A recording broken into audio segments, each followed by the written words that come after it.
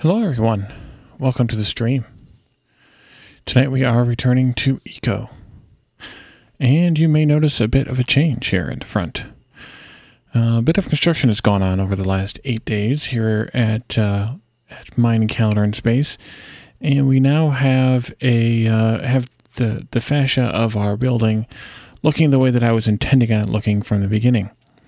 Mostly. I still would like to remove that giant stockpile over there, but can't really do a whole lot about it. So, first off, I have built some parking spaces here on both sides. Hey Jake, welcome. I used one of the new forms of the reinforced concrete here, which is a concrete barrier, as parking blocks. Those are new, I think even in 9.2. I don't think they were even in 9.0. And then these are just brick floors here as the kind of dividers, the lines here between the spaces. And I moved the store and made some changes here in the front, of course, where now we have a dedicated store building here with front access, of course. And on this side, this is my staircase to the mine. And then these are one of the new modded items we added. Now there's a little bit of work I want to do up here still. I'm going to end up pushing the house back when I rebuild it and make it bigger, but it's still there just temporarily, so it's fine to be the way that it is. These are one of the new modded items, the Great Hall double doors. So that, of course, opens up to great effect there, and gives us a nice entrance here to the building. At least a nice front look to the building here, which I am amused with and happy with.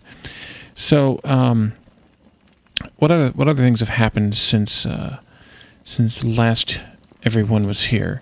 We did a little bit of expansion here inside the shop. We added another claim tile worth of interior space, so it's now 4 wide. And then of course access into the store here, and access down here into the mine and the basements and whatnot. There's some changes here behind this wall. Are all of the storage containers that I think I had just lined up down here the last time. So there's one behind this bank of 4 walls here, and there's one down below that. And then on the other side over there as well, there are, and I just fell. Of course I fell. There are more. Hop, hop, hop. How did I fall again? Apparently I don't know how to play this game. There we go. There are 2 more over here, and then here in the middle where I have kind of I kind of decorated the wall a little bit on both floors here. I have room for a large lumber stockpile. These are the boxes that that those storage containers are in here, so you can see them from down here as well. But I carved out this giant room here for this large lumber stockpile, and while it is not presently full, it's about, well, I guess it's about 2/3 full. When it's full, and I suppose we could try to make it full tonight if Og doesn't come in and interfere by stealing coal. When it's full, it is up to the ceiling. It is that big. It fits exactly here, because this line here counts even though it doesn't take that space up. So it fills from here all the way to this wall, and then all the way to the wall where these containers are on this side. So it's actually kind of an interesting, perfect fit with the same 4 claim tiles here, with these 3 spaces here and the 3 spaces on the other side. And of course the outer walls count, so that's 4 and 4, and then this takes up all the rest of the space, 8 spaces, which is kind of an amusing thing. I do have some wall to finish here that I forgot about, and you can see here that I kind of did the same decorative work on the lower half here as on the upper half. This wall will also need to get finished here at some point, because I do want to close this room in just for fun. But it's still a work in progress down here a little bit. Just today or last night, I finished digging the mine all the way to bedrock. So we are now all the way down, which wasn't necessary for me because I wasn't smelting. And I don't know that Og is dug to bedrock yet either, but he's just throwing his tailings down far enough that it doesn't matter. But getting all the way down here to the bedrock is kind of a fun thing to pull off whenever you're a miner. I need to name this. I need to place and name a stockpile on here. I didn't have any on me the last time I was down here, so now I have one, and I can place it. So this is all gneiss, which is a volcanic rock. I think we might have talked about it at one point in the past. It still, with a steel pickaxe, takes 2 chops. I think the modern pickaxe will knock it down in 1, but the steel pickaxe still takes 2 hits to get rid of it, which is interesting. But this is one of the reasons why I chose this particular spot on the map, is we of course have access to lots of sandstone, which is great for when you want to build something generically, but there's plenty of granite over there. There's still plenty of limestone to work with. There's gneiss at the bottom, which there's always gneiss at the bottom. And then we have coal and shales plenty as well here in this spot. So that kind of gives us everything but basalt with direct access, and I think there's basalt not very far away, so it won't matter. The basalt should be in this biome here, so we could easily get there just by digging over here a little bit and getting it. I think that whole patch there, for example, on the surface is basalt.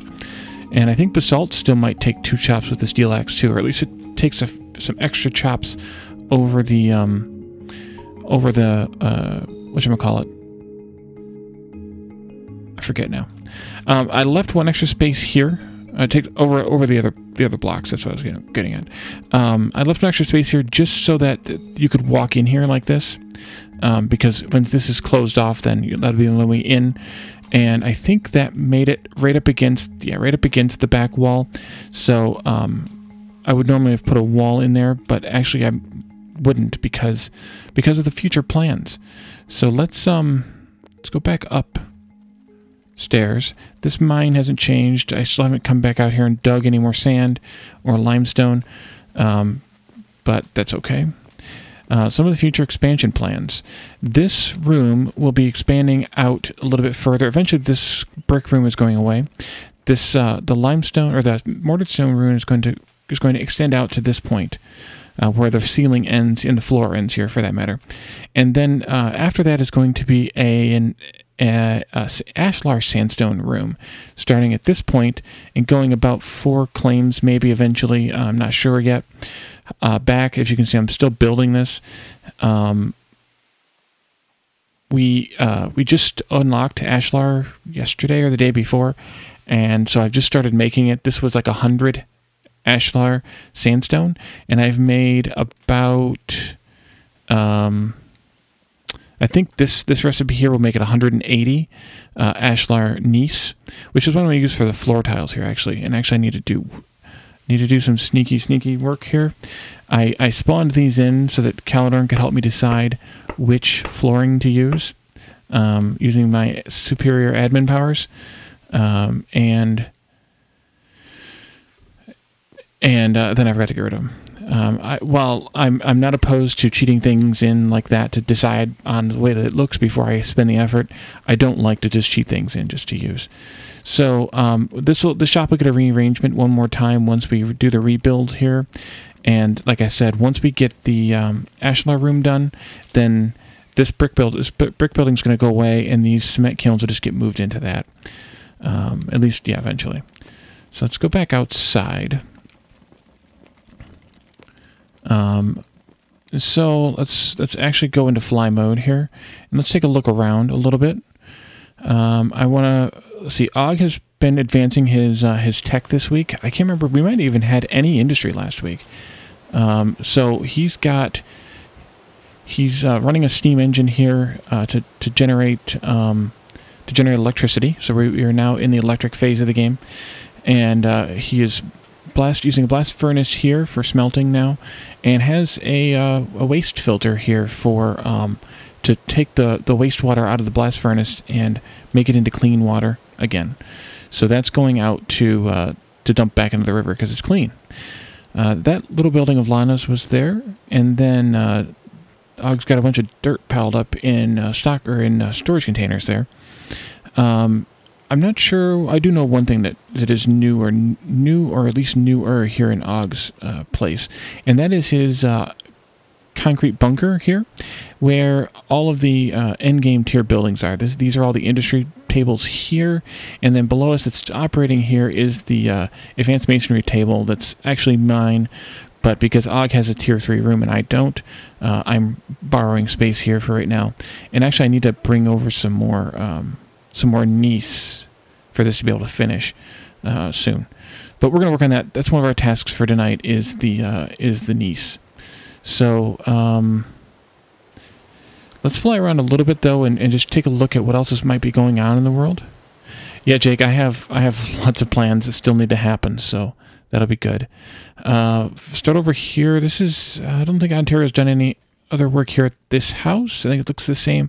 This arch is new though, but there has been some small amount of work done here at the new shop. This is all built with corrugated steel, which is another tier 3 building material besides the reinforced concrete that Og was using. And corrugated steel is, of course, made from steel. So we have those two choices, and those doors, by the way, in Og's shop are these corrugated steel doors. So I think, yeah. So Ontario's working on doing some tier 3 work in here. Actually, it looks like he's doing. That's a clever idea. Corrugated steel barriers, just like the mortars or the concrete ones that I was using. Og is using, or Ontario is using these corrugated steel ones, so it kind of separates out the workshop from the sort of I guess delivery area. It's got like a drive-through delivery thing going on here. That's pretty awesome too.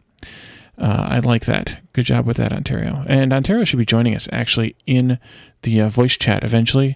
I'm not sure who else was going to join us. I extended the offer to the same group of people as last time, so they may join us. Ontario is also he had been spending a lot of time on wood products and has started to do some smelting and advanced smelting. Hence why he has all the corrugated steel building. And then I think he's going to go back into at least one more wood profession, the composite woodworking, once we get things done with oil. And that is where I head to next. This road is new. Og built it a couple of days ago. It heads out here to the new oil field that Caledorn is running. There's a few refineries out here. Some pump jacks behind that, pumping lots of oil. Although they're done, he set them up. Oh, we're out of power. I don't know if we have any coal here or not. I'll have to bring some coal out. I'll load up the truck and bring some coal out, unless he's got it in these containers. The answer to that question is no. There's some coal in the refineries, but there is no coal in the power. So I'll bring some coal out here once we're done with a little bit of a tour. Here we have left a pipe out there, Og. Oh, that's clever. That's hilarious. So here this is where we're bringing the water in for the electric power here.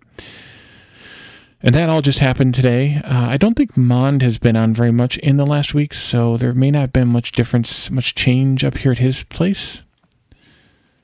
And I know Eliantha's not been on in the last week, or at least not very much. So there has not been much activity down here at her place either. We've kind of gotten to the point, and I was hoping we might find a way to defeat it this time. We've kind of gotten to the point in this server now that seems to happen on every server, where a lot of people get past that point of excitement and fall into a phase of disinterest. And come on, lag. There we go. And I'm not sure what causes that with this game. Some of it could be, we've talked about it, like things like the, Con's done some changes. Things like the difference between this and Minecraft being like the extra collaboration that needs to happen. Like you can't just build everything you want to build or make everything you want to make.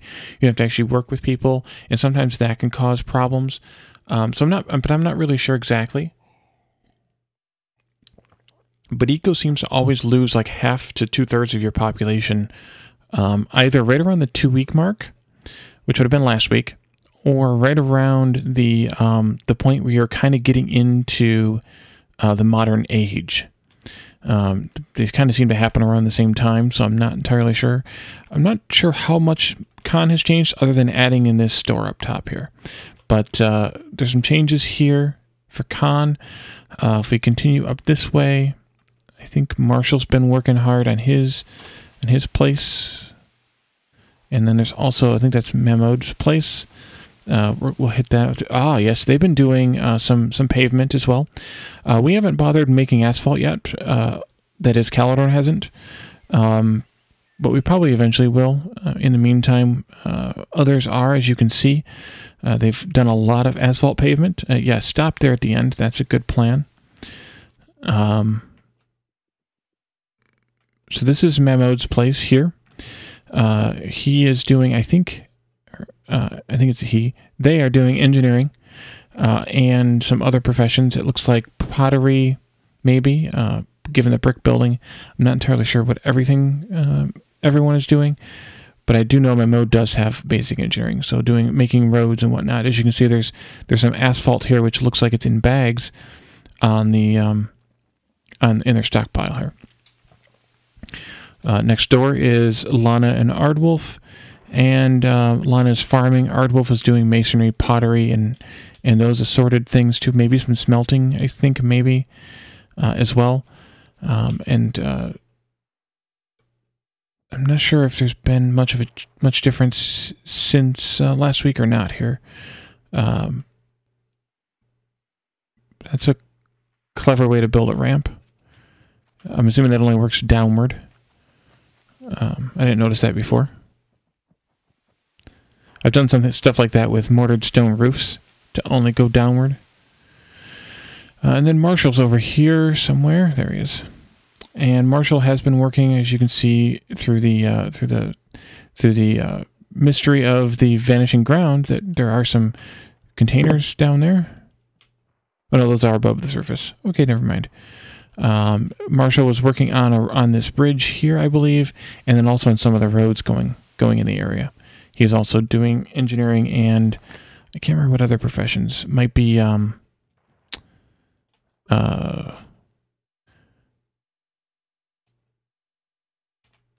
logging or mining and some other stuff. I'm not entirely sure.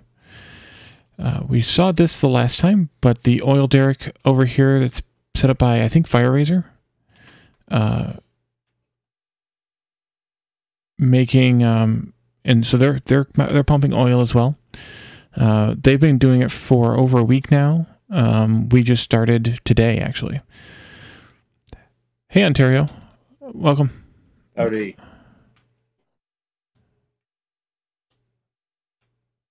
Man, the loading lag is a little bit long today. I mean the world loading, like the chunk loading. Yeah, it happens. All right, and then all right, they've got, that's new, I think. Isn't that new? That bridge? It might be new. So the folks over here, Fire Razor, Yoon, Santa's been on, but Fire Razor, Yoon, and a few others haven't been on nearly as much in the last week as they had been. Santa's been on. I think Voska's been on a bit. So not a whole lot of change over here. I think this is Santa's place.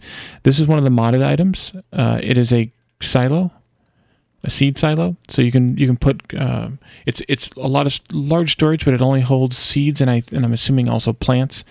So we have those available as well. That's the only one I think that's in the world actually is that one. They do look pretty cool. They look really cool. Like, that's a really good model. I like that model.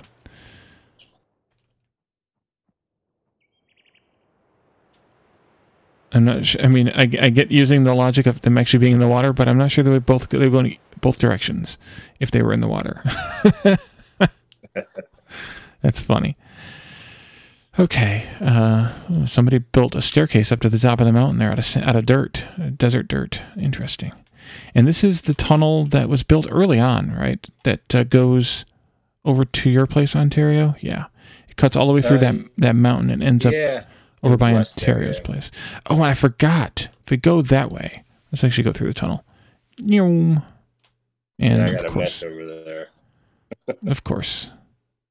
Come on, load the chunks. Load all the chunks.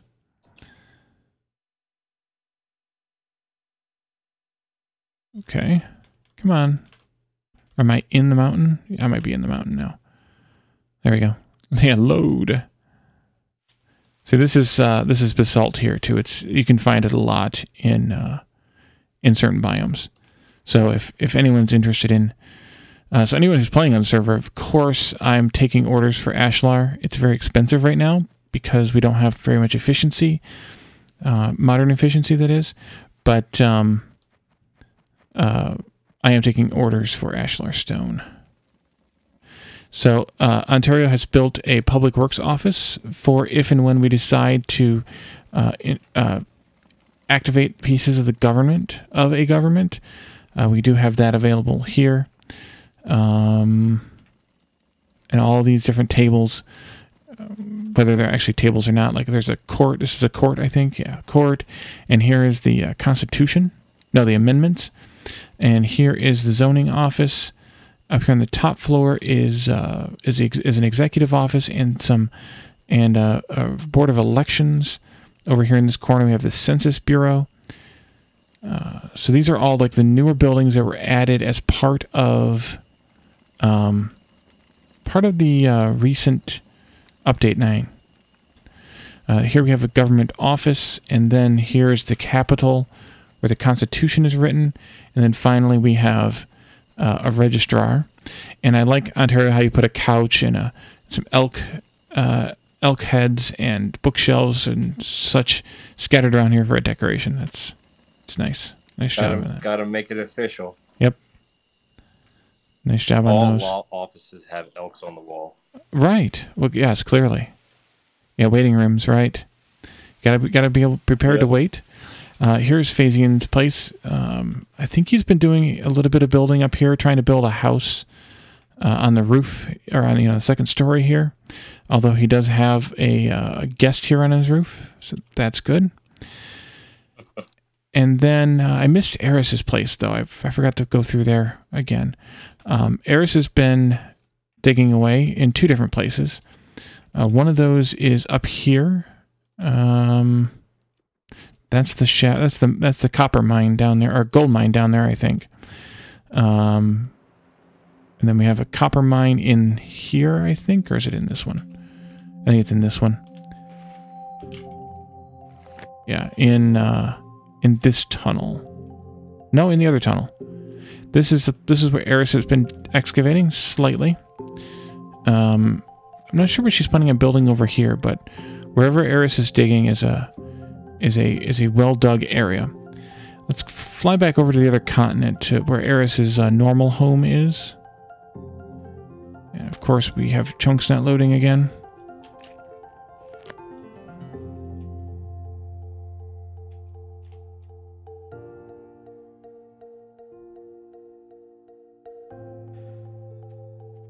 There it goes. It could be because Caladorn is streaming. He's using up all the bandwidth at home and not leaving any for us. Somewhere in here, Eris has an entrance. This might be it. Or it might not. No, that is it. Okay. So she's been doing some digging down there. I'm not sure if she's made many changes to her mountain estate here or not. I thought I saw in the chat she was doing some work, so that could be true. She has a mailbox there, which is another one of the modded items. Let's see. Oh yes, she's been doing some decorative work. Oh yes, indeed. This is definitely advanced from the last time, almost certainly. So. Anyway, she has a small mailbox here. And then, so yeah, she's got a lot of stuff done here. Holy cow. And this is only going to be a fraction of what Eris accomplishes in the end, as always. So, Oh, here's that other entrance I was looking for that I can never find, because she's got it well hidden here in the side of the mountain. It's sort of like an evil, you know, whatever person's lair, like a mad scientist or something's lair. All right, so let's fly back to my home base here and take a look at what's next. And I think what's next is, what did I rattle off? Oh, some coal for Caledon, for the oil. So let's turn this off. And then I got to take a load of gneiss over to process some more of that. I have a few coal available for sale, of course. Let's see, where's my coal pile at? Here it is. There's a few coal in here. Let's just load up a whole truckload of it and drive that out to the oil patch.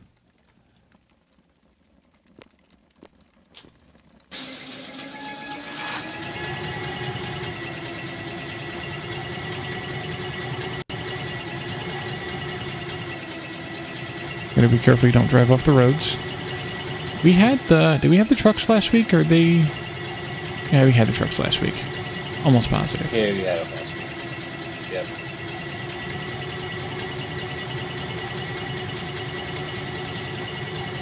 Although I might not have had one yet. I can't remember. But either way, Caledon has the Pious Tentaclomobile, and I have Heretical Hauling. I don't know what they have these connected with here, but let's do the west container maybe.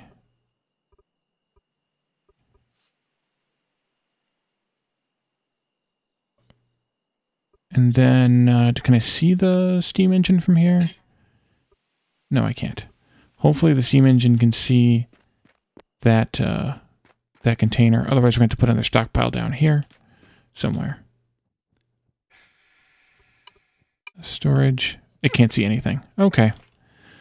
I'll put a stockpile down out here in the middle of this mess. Maybe. There we go. And there we go.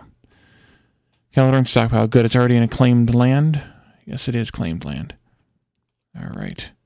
We'll just put all this coal right here. Coal right here. Jeez, oh Pete, Wally. You'd think today was my first day speaking English. Okay, so that should kick on. Now, they're kicked on. And we are now pumping oil again, which is important because we need oil. And then I think Caledon has started refining possibly epoxy and plastic. I'm not positive though. So here at the refineries, you refine your oil. Shocking, right? And with the exception of biodiesel, everything here is made out of oil. So we have... I hope he hasn't started yet because he doesn't have any modules in. I don't see any plastic and epoxy, so we need Og to make us some modules for this before we proceed too far. We also might want Og to actually we need water pipes and everything here, so it's a little ways off yet. That's why there's this whole stockpile of pipes, because there's a bit more work to do bringing water up this far, and then also piping the pollution out of here. So that'll happen sometime soon, hopefully, and then we'll be able to start making epoxy and plastic mostly. One of the things they did do, if you've played this game recently, or not very recently, but in the past, is epoxy, plastic, and synthetic rubber now all return, looks like 3/4 of the barrels. So you do get some recycling of barrels now, which you used to not. As a recourse, of course, they made the barrels more expensive, but, you know, what are you going to do? And you can also make gasoline, which does not return a barrel, and you just completely lose the barrel because you don't get the barrel when you use the gasoline in the car either. So that would be nice if they gave you that option, but I don't know how they would pull it off at this point. And then biodiesel being the exception here, this takes this takes fats, oil or tallow, along with a barrel, and you can make biodiesel out of that. And biodiesel can be used in anything that takes liquid fuel. So any of the vehicles and whatnot, I believe now. It used to not be that way, but I think it is that way now. Okay, so let's head back to the base, and we'll leave that to Calidorn's pumping.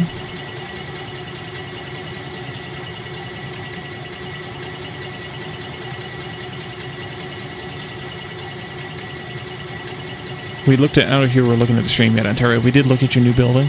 I like it. I do like how you use, I don't care about boxy. It doesn't bother me at all. I like how you use the guardrails to divide the sort of driving area between the from the working area. I like that idea. Mm-hmm. I love the guardrails. Yeah, one of my favorite blocks. Yeah, that's a great new addition. And those were in 9.0, but they didn't add the reinforced concrete ones until 9.2, I think. All right, so we need 240 more gneiss. 1, 2, 3, 4, 5, 6, 7, 8, 9, 10, 11, and one more. Hopefully there's one more. May there be one more stack of gneiss available. Somewhere there is. I just need to find it. It might be down further. All right, let's go down to the mine. I had 11. Whoa. Let's see. Ah, there's some right there. So let's move. That's on a whole stack. Doggone it. Maybe I don't have any more. I have to go mine some gneiss. Oh, the irony.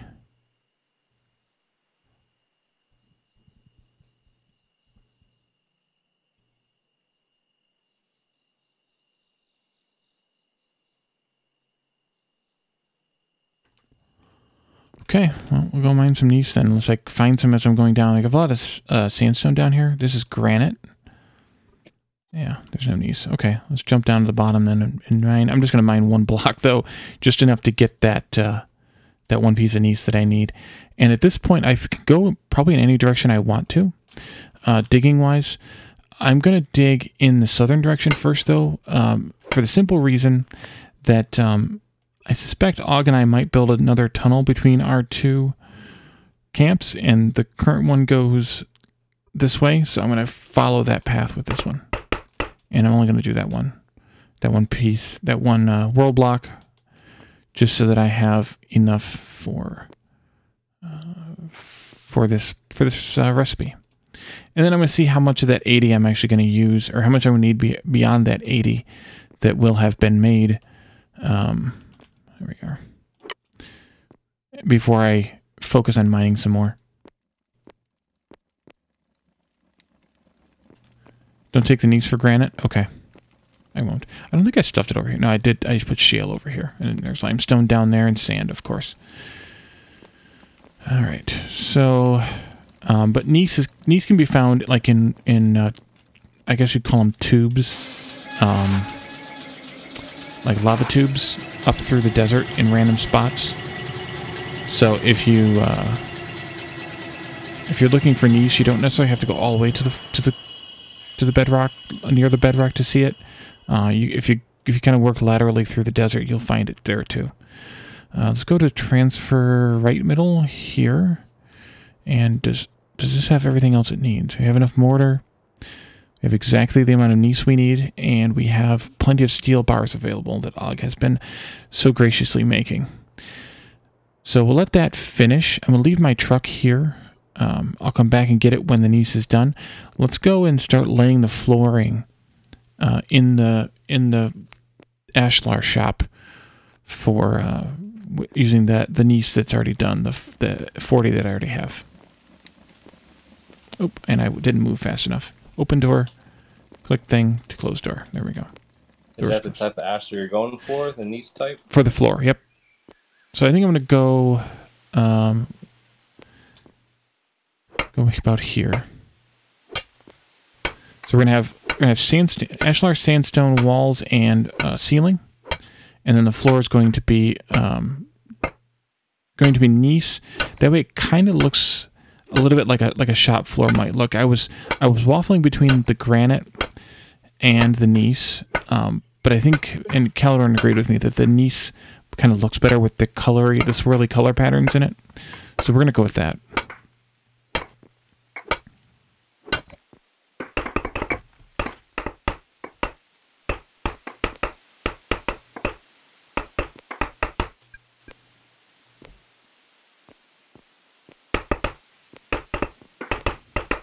I must have come over for a giant load of coal earlier today because that coal's in this stockpile because it wouldn't fit in Big Bertha when I was mining it yesterday.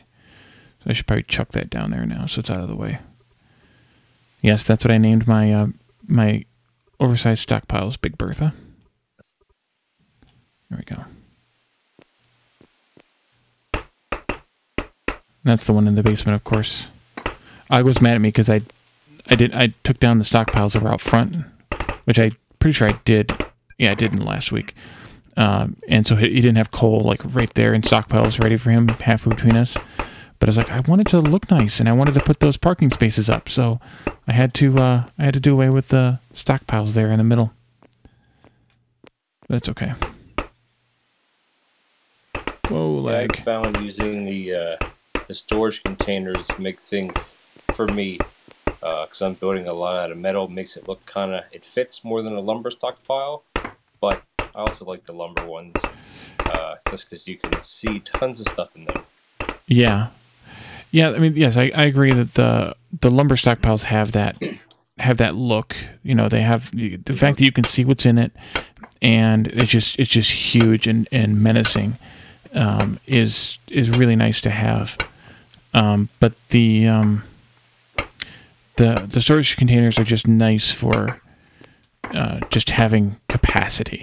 So I think a mixture of the two is really nice. So I think those will definitely be high on our often include mod list, just because they're so nice for capacity. But I do agree that having the stockpiles is nicer appearance-wise, because you can actually see what they contain. Because as you can see outside, that one outside contains like a crap ton of roads, and there's other stuff in it too, but it contains a crap ton of roads.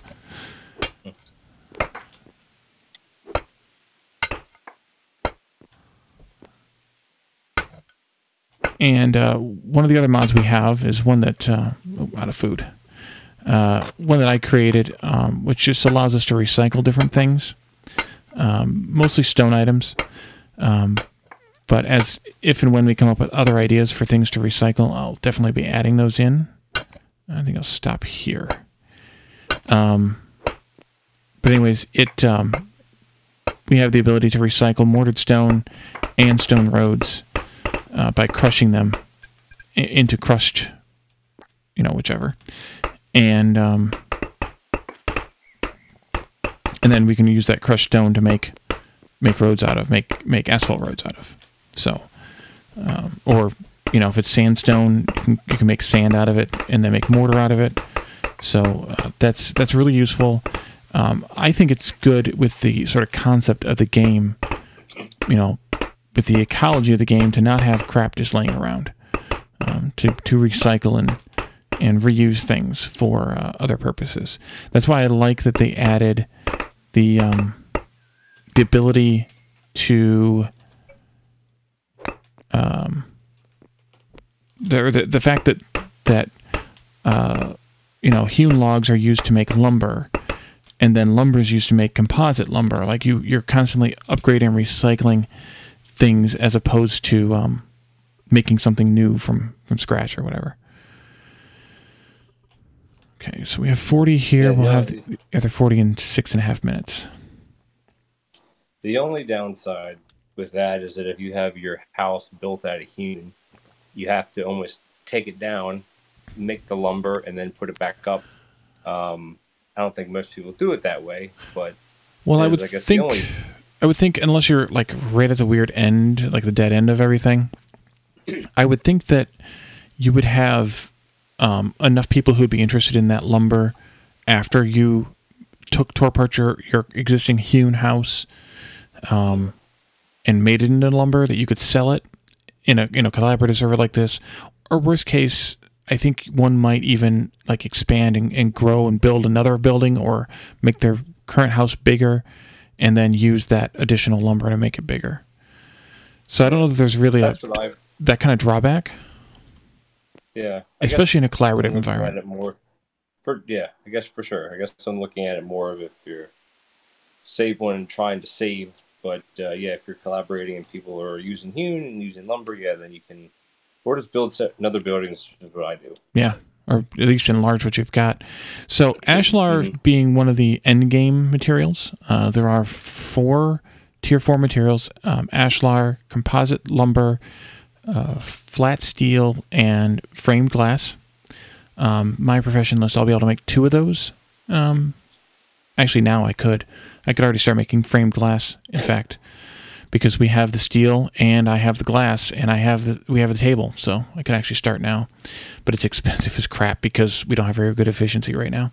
But Ashlar has the among the largest set of different forms you can use here, not counting the ones that are modded in, of course. But it has some different wall shapes here, so you can see like it's like a cube wall, but it's got the corner posts that that stick along there if you have them. So it's kind of a nice little pillory kind of looking thing. Cube, of course, floor, of course, and then flat roof, which is available in a lot of the different forms, including the Ashlar. It has a single window, which is a let me get on this side of it, which looks like this, and when you stack them multiples like this, then they come together, which is kind of a nice. It changes the shape a little bit, or changes the layout a little bit.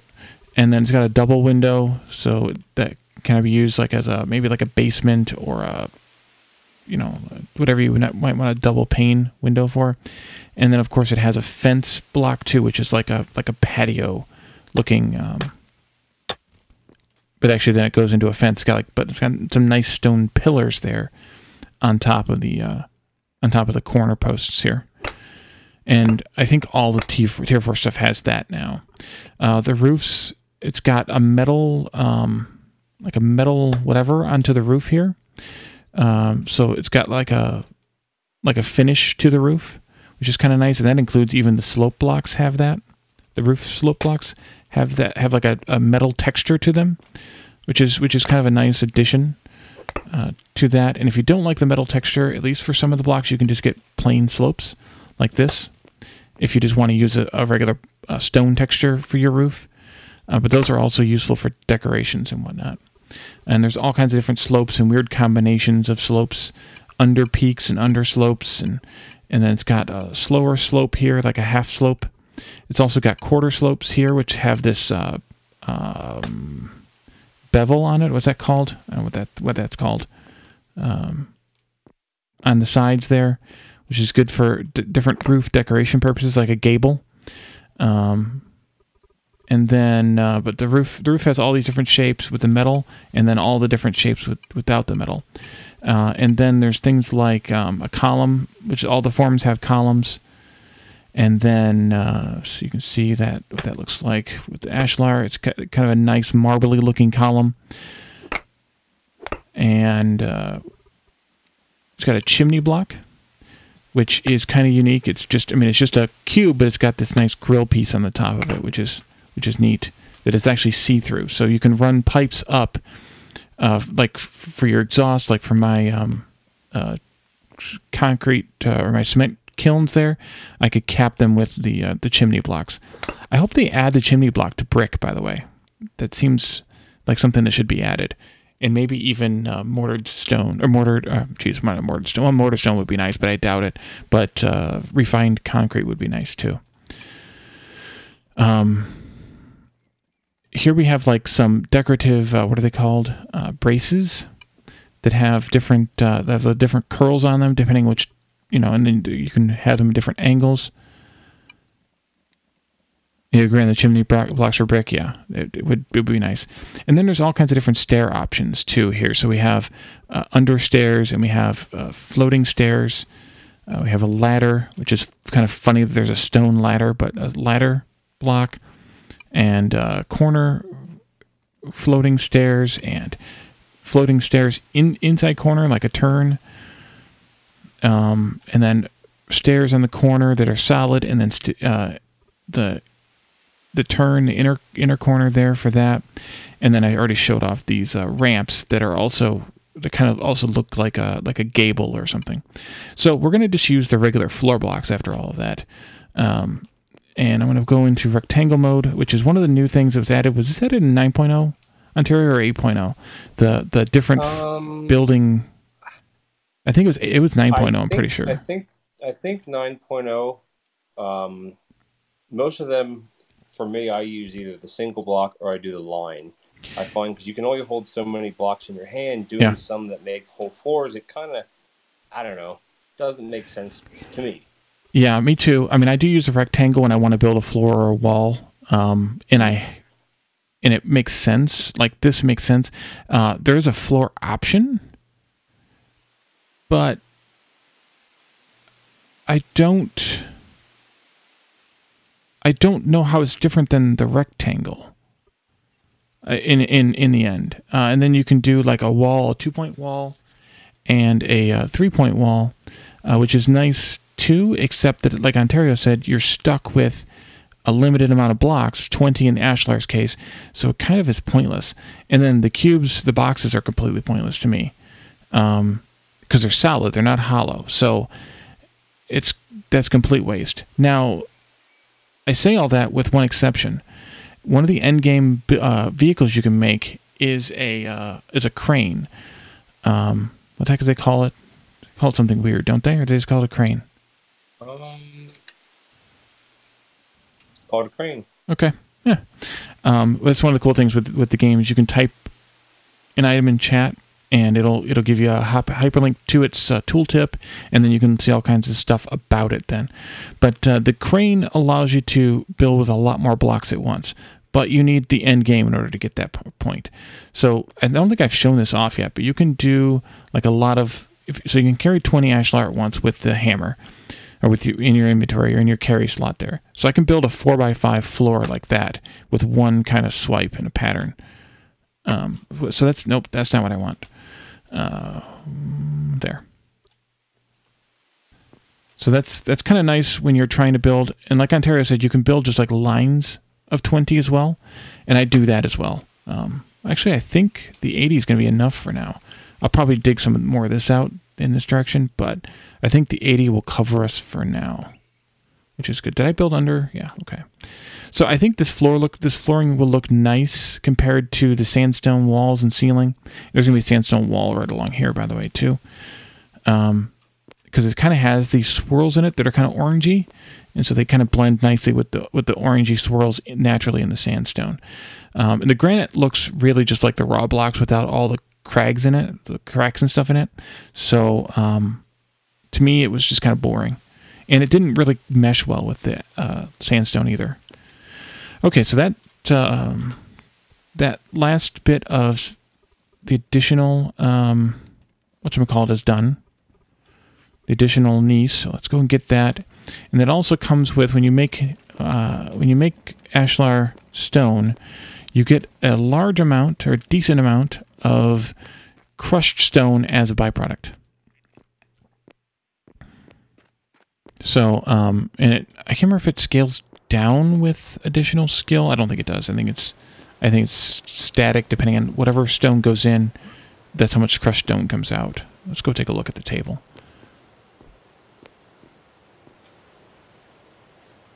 Yeah, so for each one of these, let's see. So what was I doing? 40 at a time.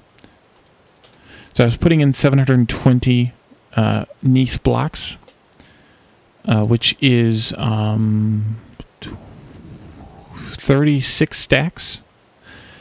And I was also putting in 36. Is that a 6? I can't tell if that's a 6 or an 8. I think it's a 6. Yeah, I think that's a 6. I was also putting in 36 steel and 216 mortar, and I was getting out the 40 niece and 72 crushed niece.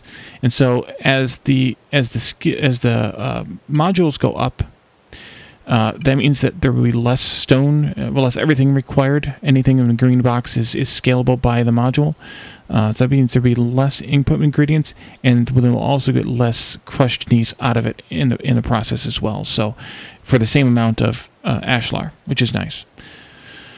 So that'll be good because it costs us less, and we get less byproduct as a result of it. And then you don't have to worry about where you're going to spend that.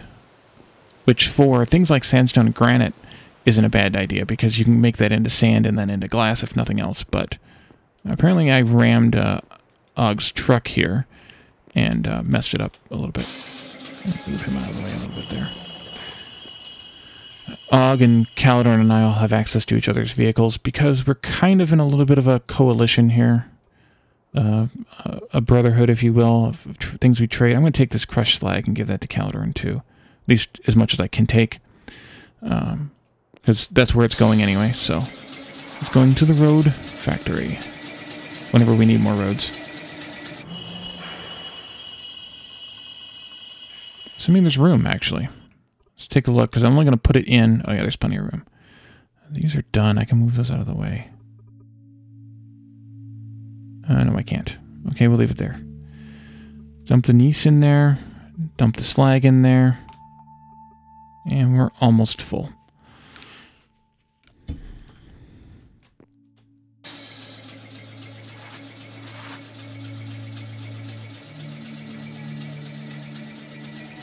How'd I do? Perfect. I guess I probably should have unloaded the truck first, though. Can I see the truck still from here?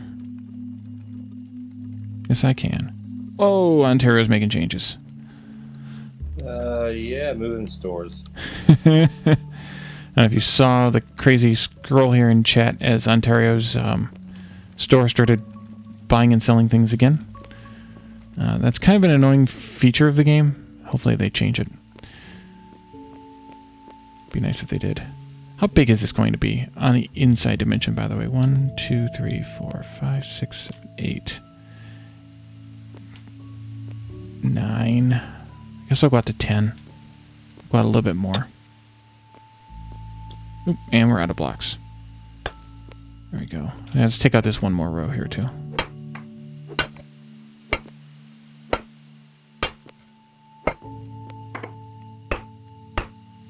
Okay, come on.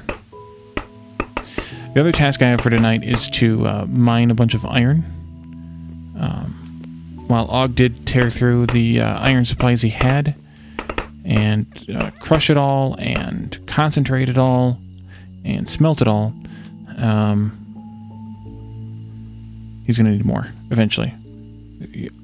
One thing with the way the balance of the game is right now is you always need more iron, so... yeah. More iron. Okay, so we have 8 blocks left. So I'm going to have to make more gneiss eventually, because this room is not going to be big enough. But I also need to make a lot more sandstone, so there's that too. And now that Og has plenty of steel made, I can probably do that. I do have a lot of sandstone ready to go. Let me transfer this coal into Big Bertha.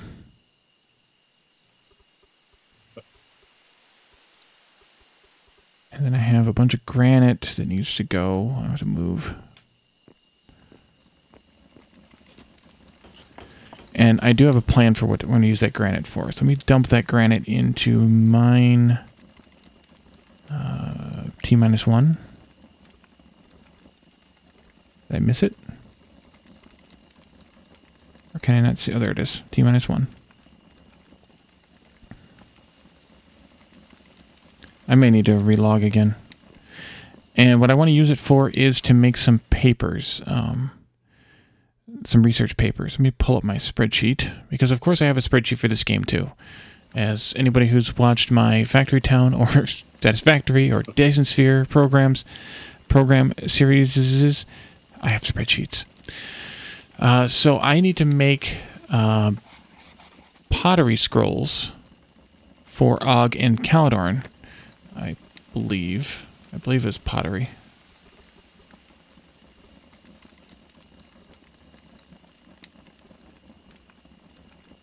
if I can tell.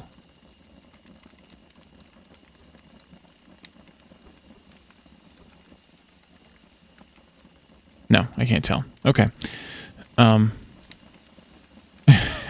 Thanks, Jake. Yeah, so I think I made them glass scrolls already. I need to make them pottery scrolls because a scroll will give you 5 land claim papers. And those are needed so that you can claim land, clearly. And then you can control who else can use that land. And so Caledon spent a bunch claiming the oil area out there. And so I want to get some more ready to go. I have 10 in my secret stash here, but I want to have some more ready to go. And I'm pretty sure it's pottery. I can double check with one of them later before I actually do it, but we need to make this stuff anyway.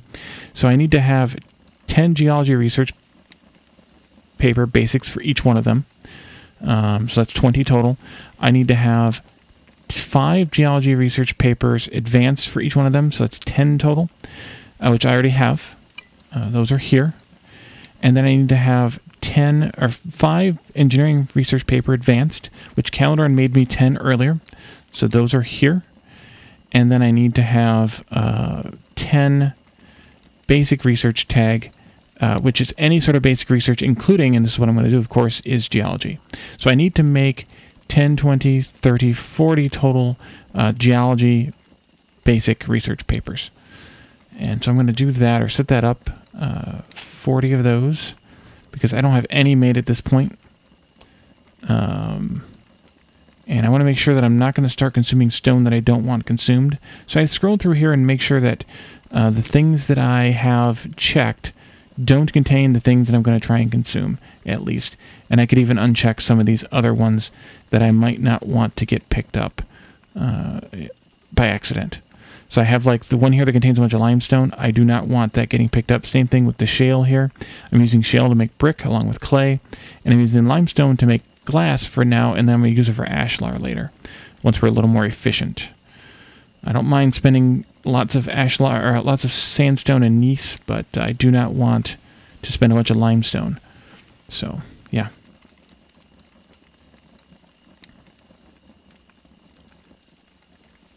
Because limestone is a little bit more rare and a pain to find sometimes. Although they did increase the spawn of it, as far as I can tell, in 9.2. Now that you need it to make glass, they increased it a little bit. So I should probably uncheck this one since I'm not using it right now. I see somebody's been selling me some clay. I'm going to dump that in this box. At least some of it in this box. This sand should be in there, but there's not enough room for it. Oh. Just drove my truck into the river. Oh, that's good. Yeah. It looks like I could probably use to resupply my coal supplies soon as well. So I'm going to go ahead and start making it off of this granite, and then I'll go down and bring up that other granite, and then get back to the mine, I guess. So 40 of these are going to cost us 1,200 total stone, and I'm going to spend I think I'm going to just spend granite on it, because I'm going to save the sandstone to make the ashlar out of, at least for now. So I'm just going to go ahead and start these up, and put all the labor in and let them start. We're obviously going to be 940 short, but I'm going to be doing some more excavating, so it'll be fine. That's the granite. That's mine T1, so that one's already getting used. And down here somewhere is a little bit more granite. There it is, in 7. So I'm going to put that up on 4. I'm staring at 6 right now, so I can see up 2 spaces and down 2 spaces in my silo that I have here, my mine shaft, because of the way that I have these stockpiles stacked, which is one of the reasons I like this design. There are flaws in any design, of course, but so it's in 4, so I came up to 2, and then I can shift from 4 now to 1, and add those into that. There are flaws in any mine design that I've tried, so far at least, but one of the advantages to this one is that if you have these stockpiles stacked on top of each other with just one line of stone support in between them like that, you end up with a lot, or you end up with the ability to do transfers quite far like that. And you end up with a lot of density of materials there too.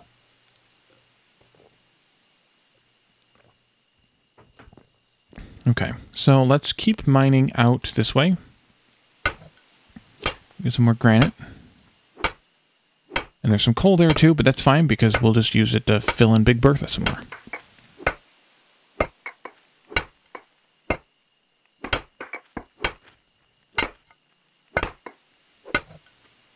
I might need a scaffolding here. No, I think I'll be okay. Maybe. Let's go ahead and take this out. I hope that dirt's not going to poke through. Otherwise I will need a scaffolding. Crushed granite's useful for making sand as well. So that's what I'll probably use it for. I don't know what else I would use it for. Other than, I guess we can make roads out of it and stuff like that too. But I'd rather use anything but sandstone and granite for those, because I can use those two to make sand. Oh, one more. There we go. With mining, as you level it up, you get a choice of two skills. You can only choose one. One of those is that when I mine, if you remember from the first stream, when I would mine, I would get these large blocks that need to be whacked in half again to make 4 blocks per sort of world block. For chunks per world block, I should say. Usually it was like 2 small ones and 1 big one half the time, and sometimes you get 4 like this. But one of the skills you can get is Lucky Break. It's called Lucky Break, which is this this ability to have separate chunks, all separate chunks, I mean. And one of the other abilities that you can get is called Sweeping Hands, which is the ability to... good. Okay, I put enough dirt up there. I may have to go up top and put some more dirt in as I continue working across here. Is the ability to pick up like a full handful from that pile just by E-ing on one of them. You get to pick up the whole thing, which is handy too. But whenever I have the choice, I like Lucky Break better. It's more efficient. It takes half the swings of your pickaxe because you don't have to break that extra chunk.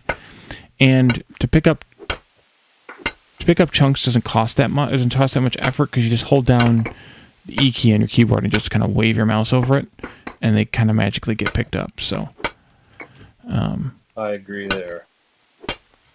But Lucky Break all the way. But if you happen to have a mining partner where you're often working together, or at least whenever your mining partner is mining, they're not actually mining, they're just helping you mine. If that's the case, then the second person should take the Sweeping Hands, because one person can do the mining and one person can do the picking up and storing part, and you can move so fast if you have that person. If you have one person sweeping hands and one person mining with Lucky Break, you can mine so much, you can destroy so much stone. Because I wouldn't have to stop every so often to clean this up. The other person would just be constantly picking it up underneath my feet, and it wouldn't ever accumulate, really, as long as your storage was close enough. I know Eris took Sweeping Hands this time, so she's been helping out a little bit with the iron mining. She's been nice. Well, nice for Og, because I haven't been doing any iron mining. I haven't done any iron mining with her yet. Okay, so that's good. And we'll take out this coal here as well. So it's definitely an involved task doing all the mining. But having the skill is way useful to me. Alright. So you're working on your shop some more tonight, Ontario? Is that why you're moving stores around? Yeah, I'm trying to move all my stuff, my tables, my storage units, everything down to the metal shop. That way I can start the next couple of days harvesting trees and getting ready to make more lumber, etc. So yeah, it's been going like this for a few days. I haven't cut any trees or done any mining in days. So things have been, like, smelters have been quiet over here. Yeah, it doesn't take me very long before it doesn't take very long before I'm like crap, I haven't done anything major in a day or in 2 days. And it seems it's kind of backwards for me compared to other people, I think. But like the weekends are the hardest for me to be able to play. For some reason, or at least maybe not they're any harder, but they are, they're not any, I don't have any more time. Like a lot of people have extra time on the weekends to play. I don't. So really, No, so. me either. I have time at night for Yep. a couple hours, and usually that's it. But I try to make the best of it. Yeah, I'll squeeze some in at like when I'm eating breakfast or whatever. Like I'll come on and maybe set up some crafting or whatever, and then depending on what day it is, like in the weekend, maybe every once in a while periodic throughout the day. But really this time of night, which is why I stream at this time of night, always is the only time I really have for gaming.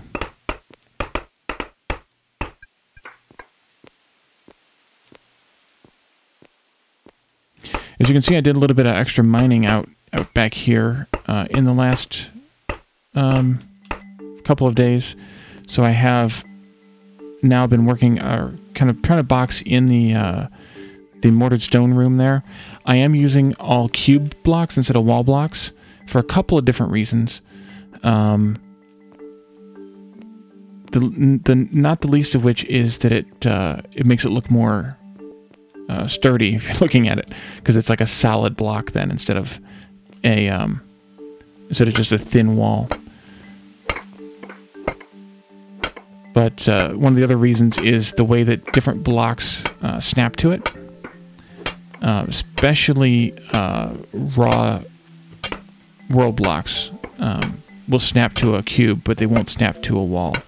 So you end up with this weird gap between the wall, the flatter wall piece, and the dirt or whatever raw stone that's next to it. Whereas if you use the cube, then they will snap, and you'll have no gap between them.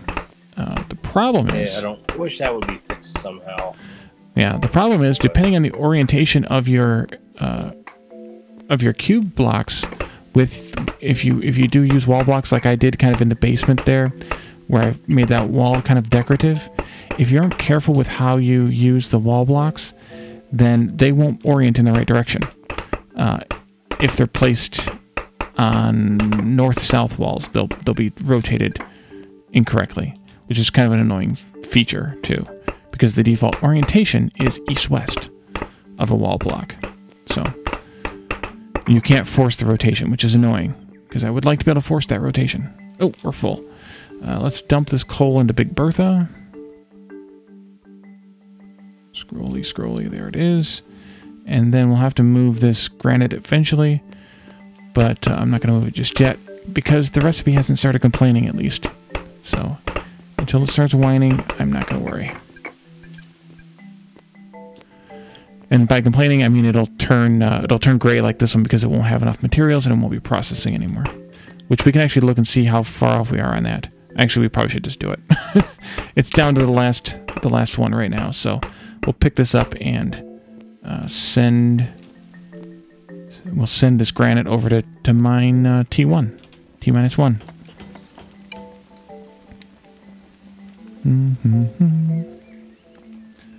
Okay, this goes here. And that gets that started again. And so now we are only 500 and something short. Only. Whoa, that wasn't good. And this dirt can go... Well, I would dump it out into that large stockpile, but... yeah. It's too far away. So I had to do another transfer spot like I did with the granite. But it isn't that much to bother me that much, so we'll just keep going in this direction.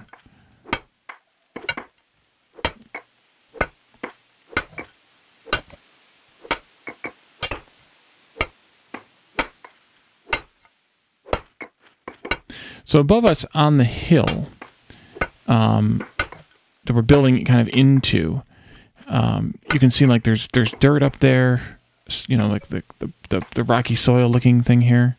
Yeah, hi-ho, hi-ho. Off to work we go. And then there's this crushed granite layer that's kind of stepped here a little bit. And that's because the hill goes up as we get more to the center of the building here.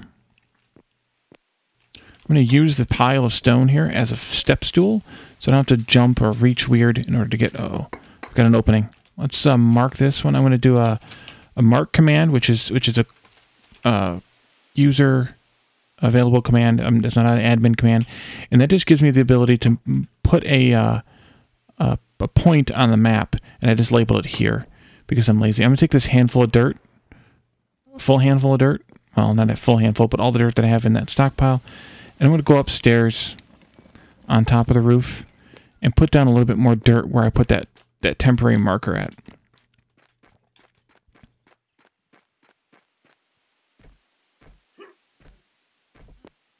Okay, so I'm going to look for... Whoa, thank you.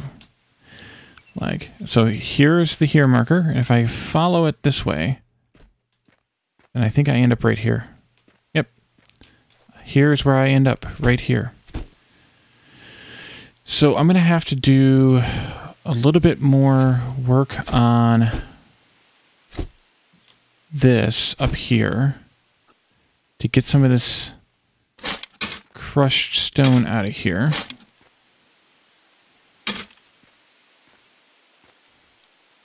And then probably fill it back in with dirt. I'll have to get that from below. That's a bummer. Okay, well, we got a little bit more crushed granite anyway. I can work on that some more. But we have plenty of dirt. There is, I don't know, about 100 in this stockpile here. And then Og has those containers that are full of dirt over there. So we have plenty of dirt available. And that's, if you saw, there's like 30 dirt ramps in that storage. That's why. Because... dirt ramps stack to 10, and they take up 6 dirt apiece. Dirt stacks to 10, and it's 1 dirt apiece. So, usually we make our surplus dirt into dirt ramps just for compression. Because other than, you know, landscaping a little, dirt is pretty useless. So, and there's way too much of it. So, we, that's usually what we do. And then I did put in a modded recipe that if for some reason you went crazy on the dirt to ramp conversion, and you didn't want to go and, you know, pick up a bunch of, you know, and you know, tear up a bunch of actual natural dirt, the farmer can crush a dirt ramp back into dirt again. I just put it under the farming profession because I didn't know where else you do it, but a farmer can do that. So with this mod that I made. So if you're so inclined, that's how you do it.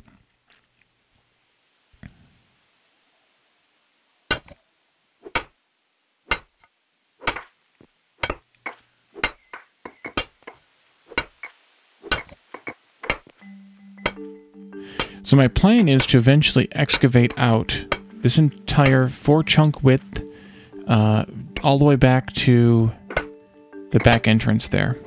And then have just a... have only maybe little bits of the building poking out in the back, if any at all, depending on how I can do the terraforming. And then have...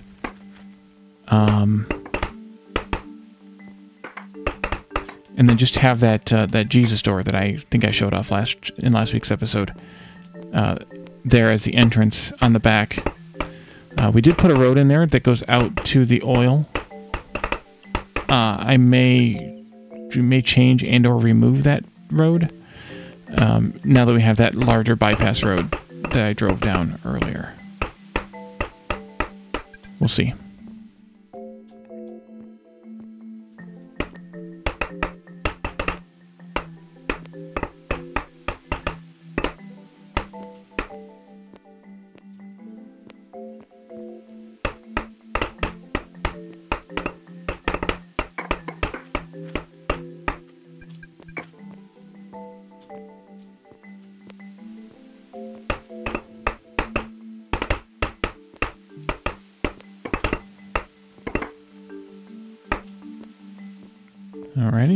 then finally we can do all this.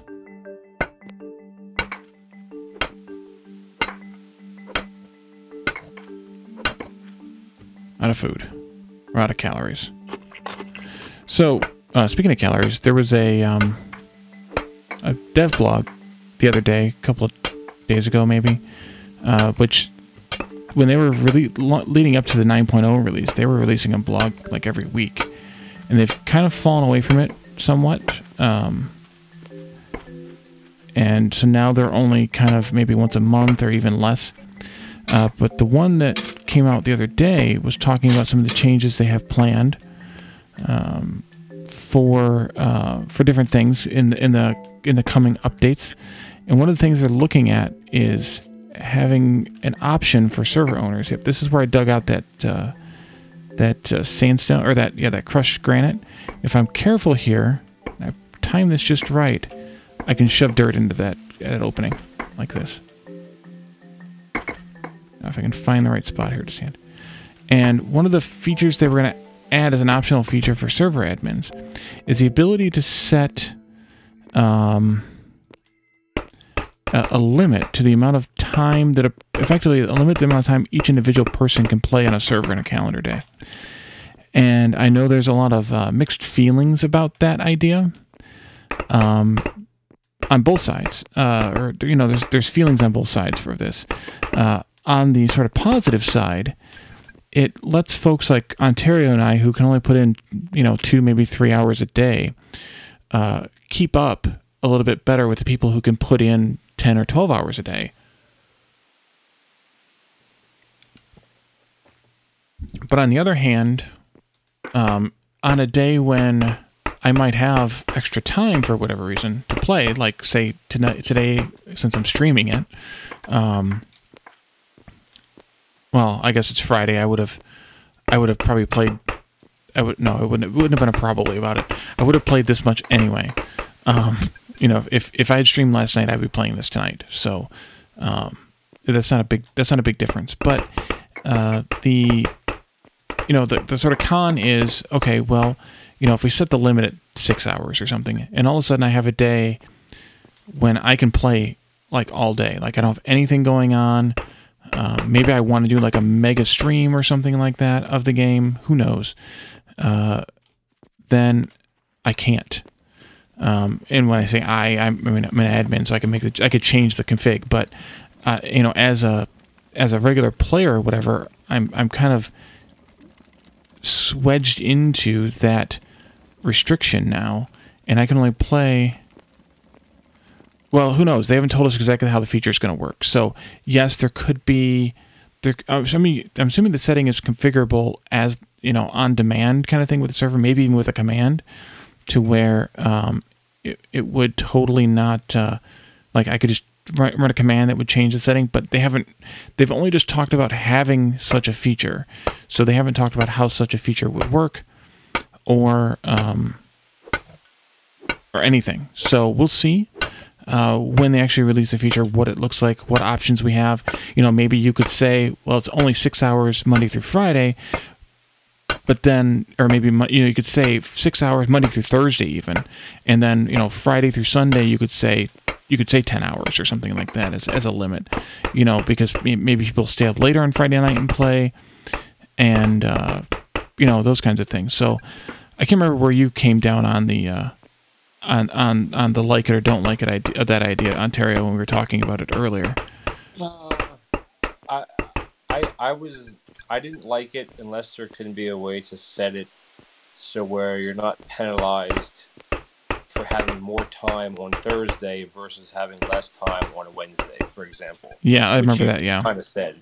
So I think it's going to be hard to implement that way, to where if you have a community server where everybody is happy with the choice, because some people have 10 hours to play and that's great, some people have 2 or 0 for a day. Yeah, so it would be nice if you could like bank credits, like I didn't get to play it all yesterday, so now I want to play twice as much today, kind of thing. Like that'd be a way to do it, but I don't see them doing that.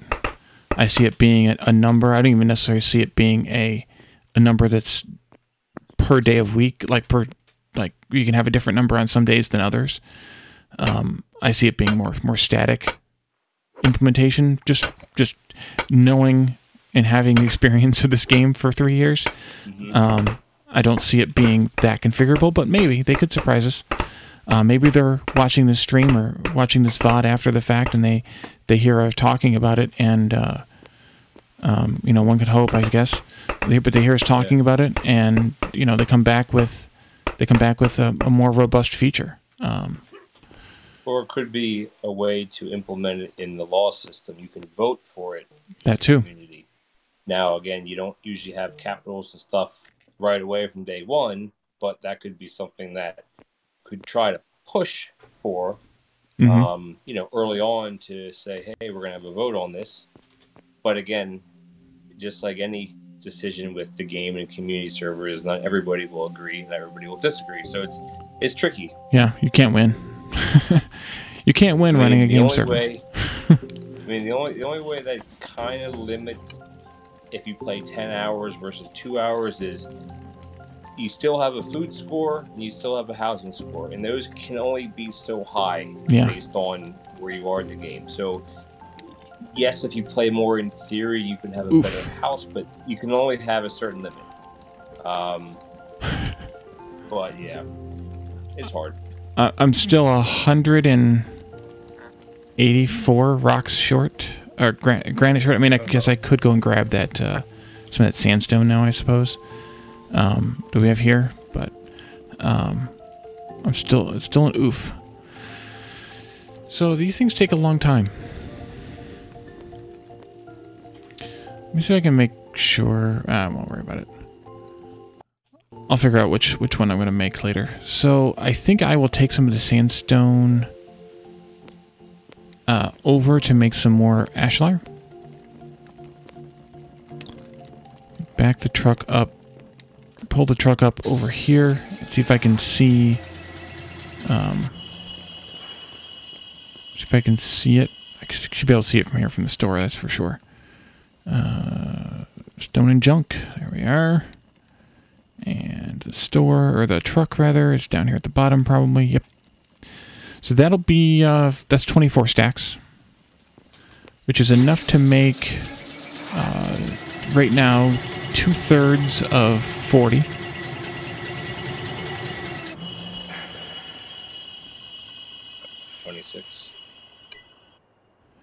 Yeah, I mean, it's, 26.67 or whatever the heck. I want to transfer right middle here. There we go.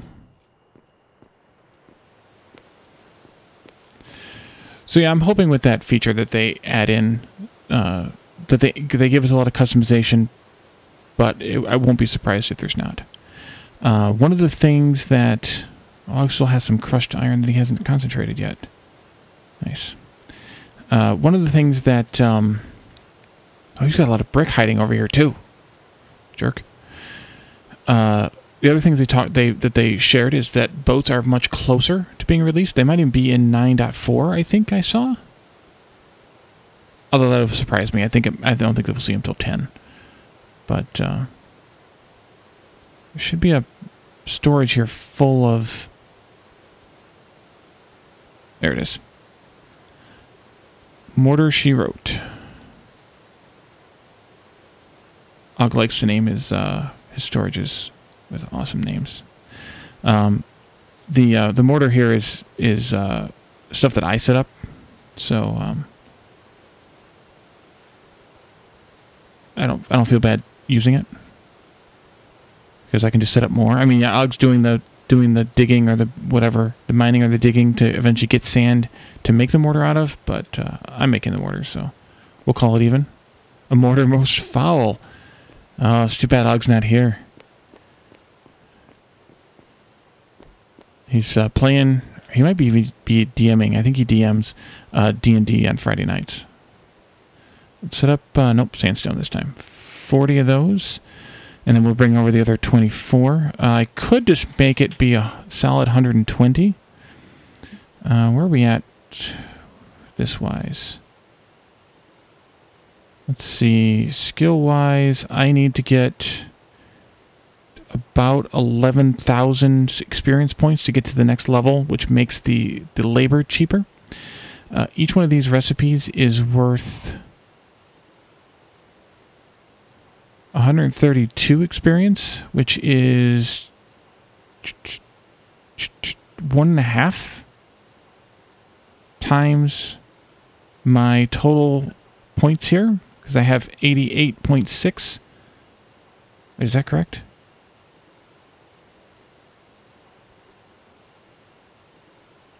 Is this a 1.5? Is that it, really? That's a jerk move. Game. 65 and 23.6 whatever. Could go look at the mod file to be sure, but I think that's 1.5. Yeah, that's 1.5. We'll call it 1.5. 132 is about 1.5. So, the experience you get from crafting is based partially on the food's nutrition skill and the housing score you have here, nutrition score and housing score, and of course also based on the multiplier that the recipe has set itself, which is in this case 1.5. So if I take 11,000, I fire up a calculator here, and I take 11,000, it was 11,000 and some small change, and I divide that by 132.86. And I type the right thing, I get 83. Ooh, I was close. I guess 85 in my head. Good job. So, I think I can cheese this a little bit. I'm going to set 120, and I'm going to order it, but I'm going to just put in some of the labor. Normally, I just do Alt-click on the work, and that puts in all the labor, at least until I run out of calories. I'm going to do Control-click on the work, and that adds 500 labor each time, and that's costing me right now at level 3. That's costing me 120 calories for every 300 labor. So 500 would be 200 calories. 500 labor, 200 calories. Once I get to level 4, it'll cost me a little bit less. Right now I'm at 65% decrease, so it'll take another 5% off the total amount. So that's a little bit. It's not a lot, but it's a little bit. That's what, another 15 calories for every craft. So that's nothing to shake a stick at. Although this is going to be a lot to control click, and now I'm too hungry to work. Control click, tick tick tick tick tick tick tick tick tick. And I want to get this past the 2/3 point, probably around 75%, or until I run out of food, whichever comes second. No, whichever comes first. I guess we're going to stop there at just past 50%. I'll go get some more food, and I'll go get some more sandstone, too. And the reason that I went with the 120 is that should be 2 full loads. No, wait. Did I do the math wrong? I might have done the math wrong. 40 is a load and a half. So no, I should have done 80, which would have been 3 full loads. Oh, well. I'll just drive backward here. That'll be fine. No one will mind. Nope. No one's here. I think I saw Marshall and Yoon were here, but they're gone now. It's just me and you tonight, Ontario. Yeah, it is Friday, so I mean, people do things on Friday nights, I guess, maybe. Still. People that have lives. Even in the last year, who knows? But I don't. I play games and stream on nights. Doesn't matter. That's my daytimes is for doing stuff. Which is why I don't have extra gaming time on the weekends, because I do other stuff. I transfer right middle, it goes here. We're going to have to bring in some more mortar eventually, but I guess I can't shove any more in here, sandstone-wise, until we process some. So that's going to take a little bit of time, and I forgot to grab food while I was over there. It's going to take a little bit of time to process that sandstone anyway. We're at about 50%, so... wait, why is it not going?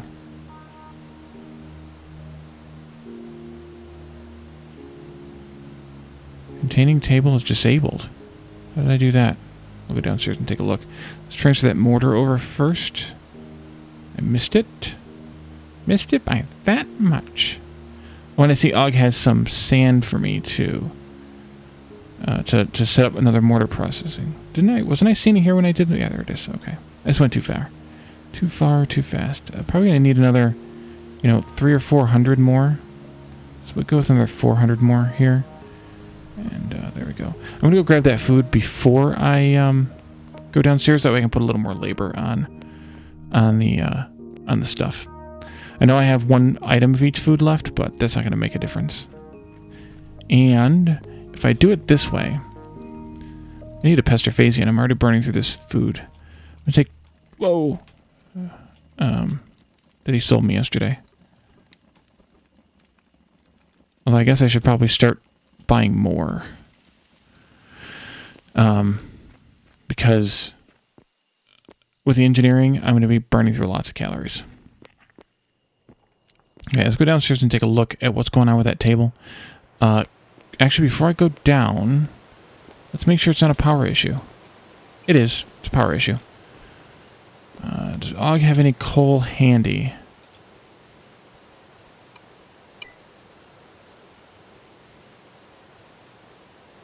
I don't think I saw any. But I also wasn't really looking. Oh, yes, he does. Coal flint. Combustion generator? No. We want steam engine? Combustion generator is the next tier of engine. I think. Yeah, steam engine. There it is. So we'll just dump 40 coal in there, which is the capacity. And then it uses one of them, but that's fine. And that just kicked on, which is good. Does he still have that opening that I can jump through here someplace? Or did he close that up? He closed it up, I think. There's this one here, but he's got it blocked by pipe. Oh, there's an exhaust pipe there anyway. Okay, let's go back down. So that's ticking away now, which is perfect. Down here next to this shop that we've been standing in, off and on. He started building a room for the next level generator here. Although, depending on the situation,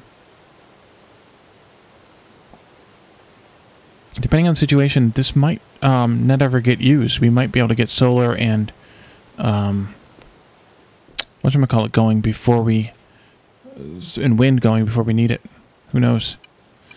Let's put a bunch more labor here.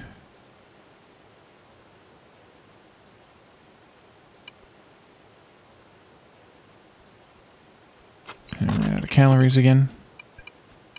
So we get this to like, well, 66 would be the 80. We need to go to 80 like 3. So maybe we'll just go to like 68. And then we'll see where that gets us as far as the crafting goes. But I guess we needed more than 80 anyway in order to do the in order to get to the next level of skills. So that's fine. And we're gonna need this sandstone, so it's fine too. Okay, I'm gonna leave my truck here, I think, because I'm not gonna haul any more until I can pick up some of the sandstone, and we've only made 2, so I've got a long way to go. I think we'll go back into and continue mining out that granite and coal. Although, like I said, I'm going to have to go mine some iron at some point, too.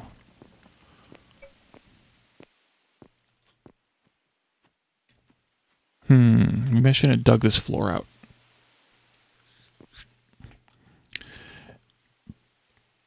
Well, how big do I want this room to be to start with? That might be wide enough. Let's see. 1, 2, 3, 4. 4 might be enough to start with. 5, 6, 7. But we can also go with maybe like 8. If I make this one wider, that way I have a place to put the wall.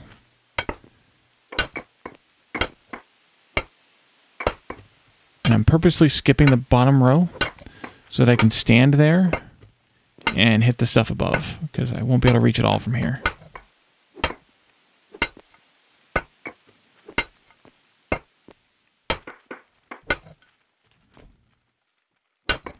And so I was talking about like scaffolding and stuff earlier. Sometimes I'll use mortared stone, or if I have hewn readily available, I'll use hewn logs just to build like a little platform, like one wide and quite long, and just use that to stand on. That's like two blocks raised up in the air from the ground or whatever, so that I have a little bit of lift.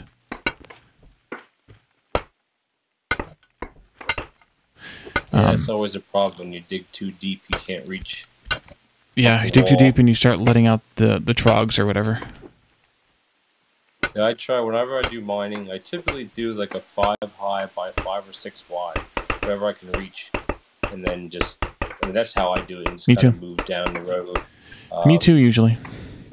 Yeah, but sometimes you can't avoid it. You have to get stuff higher or to fit a stockpile in or something. Yeah. Well, and this room or this building is 6 high on the inside, because I wasn't sure at the time whether I was going to end up with industry. And as you saw from those buildings that were down in that room of Oggs, one of the industry buildings is very tall. It is 6 blocks tall, so I needed the 6 blocks on the inside if I would have taken industry. Now, of course, I didn't take industry. Crap, that went down there now. Doggone it. I mistimed everything. There we go. I didn't take industry, so it didn't matter, but... Did I go down there too? Yeah. But it also looks kind of epic, being that big. Is that like what's far away? Ogg's shop? If so, yeah, I agree. And like we can't go back. Or maybe that was from when I was having to come back to get food. Sorry, I haven't looked at chat in a little bit.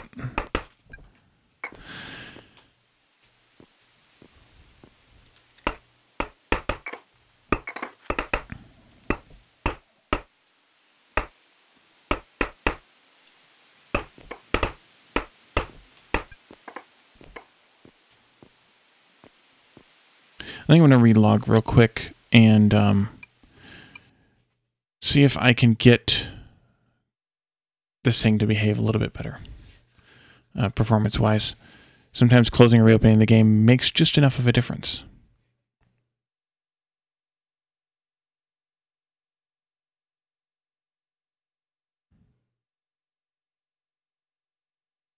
Reload. Keep firing, assholes.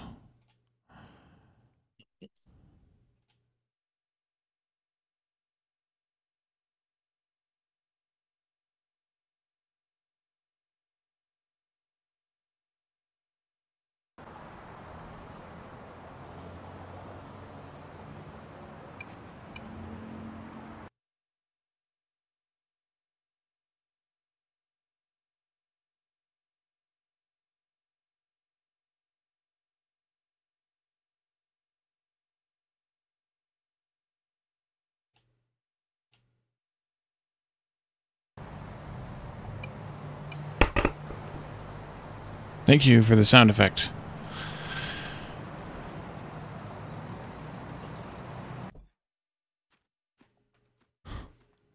Alright, let's see. Oh yeah, that's better. Oh yeah. Glorious. Okay. Should have done that earlier. So I think we'll stop digging at this row and go down to the iron mine and start working down there. I mean, I do have this whole granite mountain to dig out eventually, but I also need to dump some of this granite into the last bit needed here, which is, it is actually more than 90 that's needed. It's actually like 120 that's needed. So we'll dump the rest of this granite into that research paper, and then that'll be good.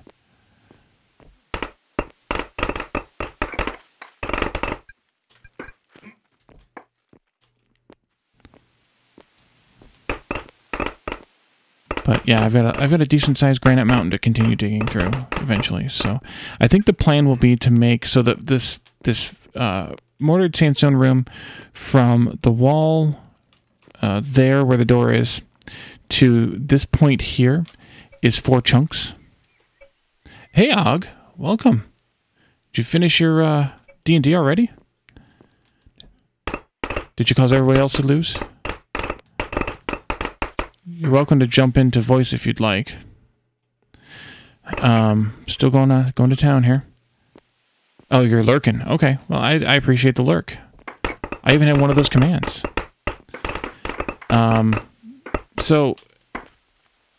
Anyway, so that's four chunks, 4 claim chunks from here, including the wall, to here, excluding the wall. There you go. So, this front room is going to be effectively 4 chunks by 4 chunks. It'll be 18 by 19 tiles, I think, when it's done, which is fine. The brick room is going to come out, like I mentioned before, eventually, once this room is done.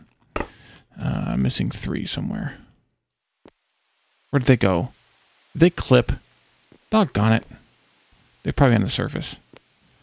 We'll go up there and take a look at some point, because I hate that. It makes me mad.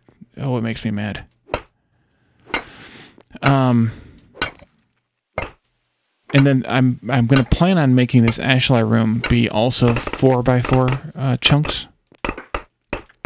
It may end up being inclusive, so like 18 by 18 on the inside. And then the back, however many chunks, I don't even know how many it's going to be. Let's take a look here. There's 2 ways to get to a better editor of... Yeah, I need to finish claiming too. A better editor of claims. One is to put turn your claim stake on, and then E on the ground. It gives you this dialog here, and then when you can click edit, and you can also access the property, same property claim here by clicking on the property name over here, and then we can edit that as well. So the property is. Oops, that's not what I wanted. That's not at all what I wanted to do. I can also get rid of that here marker because we don't need it anymore. Let's see. This is the first chunk here. So 1, 2, 3, 4. And then 1, 2, 3, 4. And then it'll be 1, 2. It'll actually just be 2 chunks there in the back. Because the last one isn't going to be... Well, it'll be 2.5 or something. Because the last one's not going to be fully open because it's going to have some raw block in there. So... It'll be a smaller room in the back, but that's just to be like an antechamber anyway. I'm probably never going to put anything back there. It's just the long-term plan to excavate out the mountain. All right, so let's see. And the irony there of the response to the lurk command, and being Og, who is a dwarf, a dwarf in of course in fantasy parlance, not any sort of real world parlance, but that it's a trip around the stars when he prefers to spend its time digging holes in the ground is awesome. Let's see, did that stuff pop up here? Where's the spot at? Not here. Here it is. No. Where the heck are we? Guess I should have left my little here to... Oh, here's where we are. Nope. Where did those chunks of granite go? Is that a dead wolf? No, darn. We could have eaten it. I don't know where those chunks of granite went. We lost 3 chunks. They might have gone down, I suppose. That's a bummer. I hate it when that happens. It really, really bothers me when the clipping happens.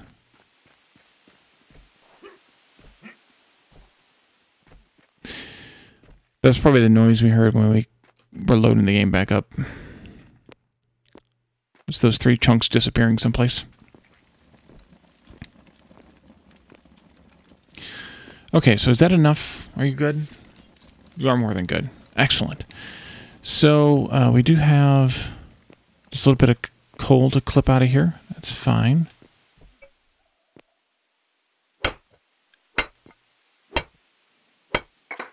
I suppose I should have left the bottom row in. There's a little bit of shale up there, too.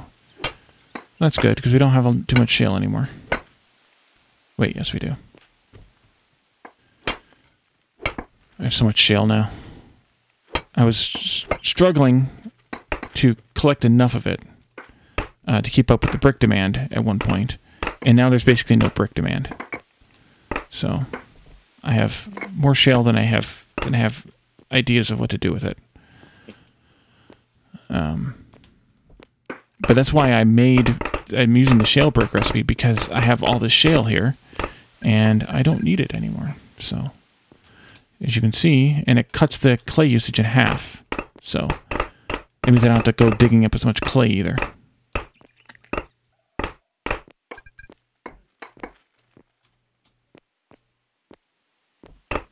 I don't know how they would have clipped down either, because the big...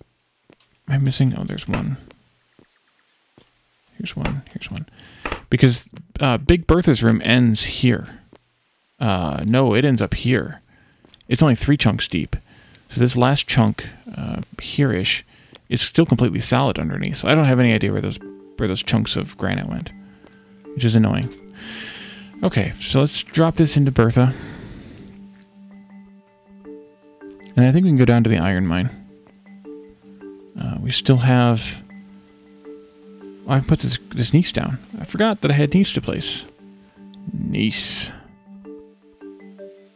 I think I'll put it along here first. Is that 4? It is 4. Oh, crap. Rectangle.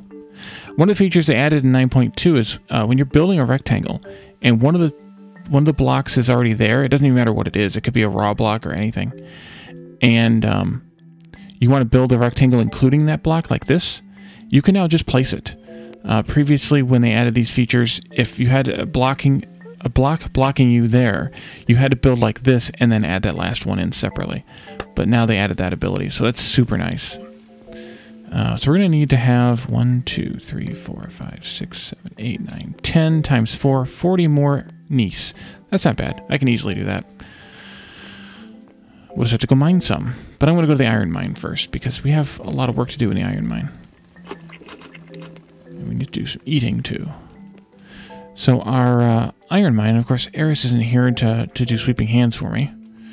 But our iron mine is over here. Malarian started it. This is the tunnel between my mine and Og's mine. And as you can see, here's some of the gneiss where it's like a lava tube or something that kind of put a patch of gneiss here at this higher level. And there's another bit there too. So I'm going to start mining out some of this iron ore here. And yeah. Let's put down another stockpile closer to where I'm working. That might just be temporary. Malarian put all these ones down, so I'm going to leave them alone, but yeah.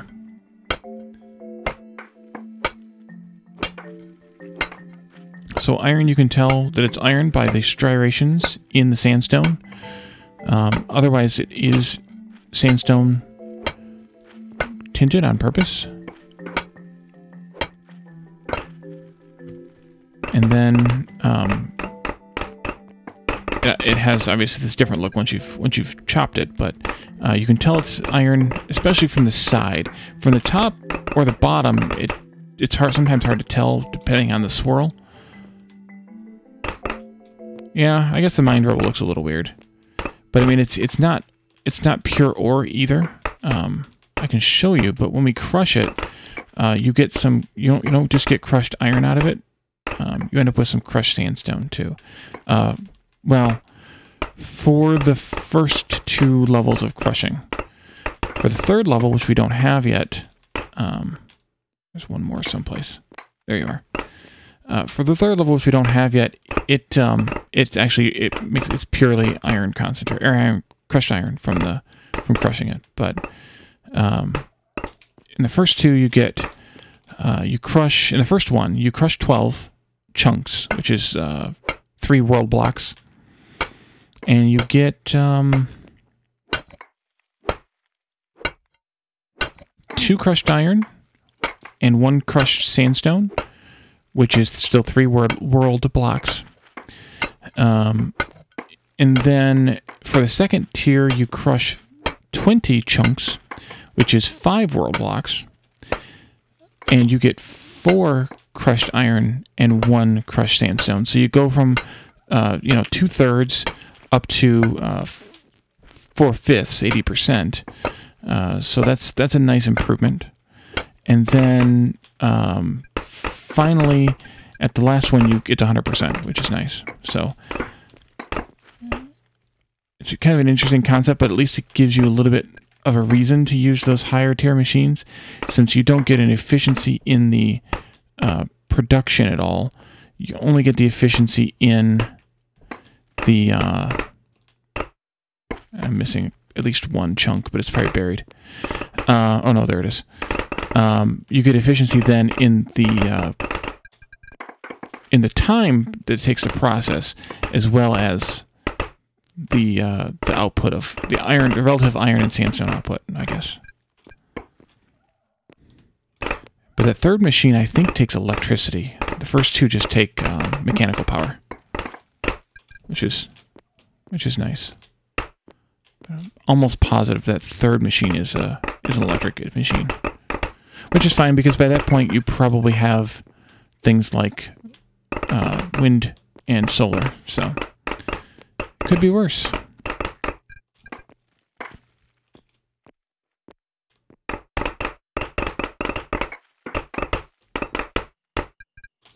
And so the iron in 9.0 is kind of banded. So there's, in the desert, there are 2 iron deposits. There's this one here at around block 40. We happen to be standing on block 41. And so this is 42, 43, 44, 45. And it varies a little bit. As you can see over there, it was like 42 through 46. And here it's going to come down a little bit also. So, and then there's some down here as well. So you can, so it kind of varies a little bit, but it's right around block 40 is where you can expect it. And then there's another collection down around block, I don't know, 15 or 18 that's a little bit smaller. And that band is also available in the grasslands and maybe one other biome too. I'm trying to remember.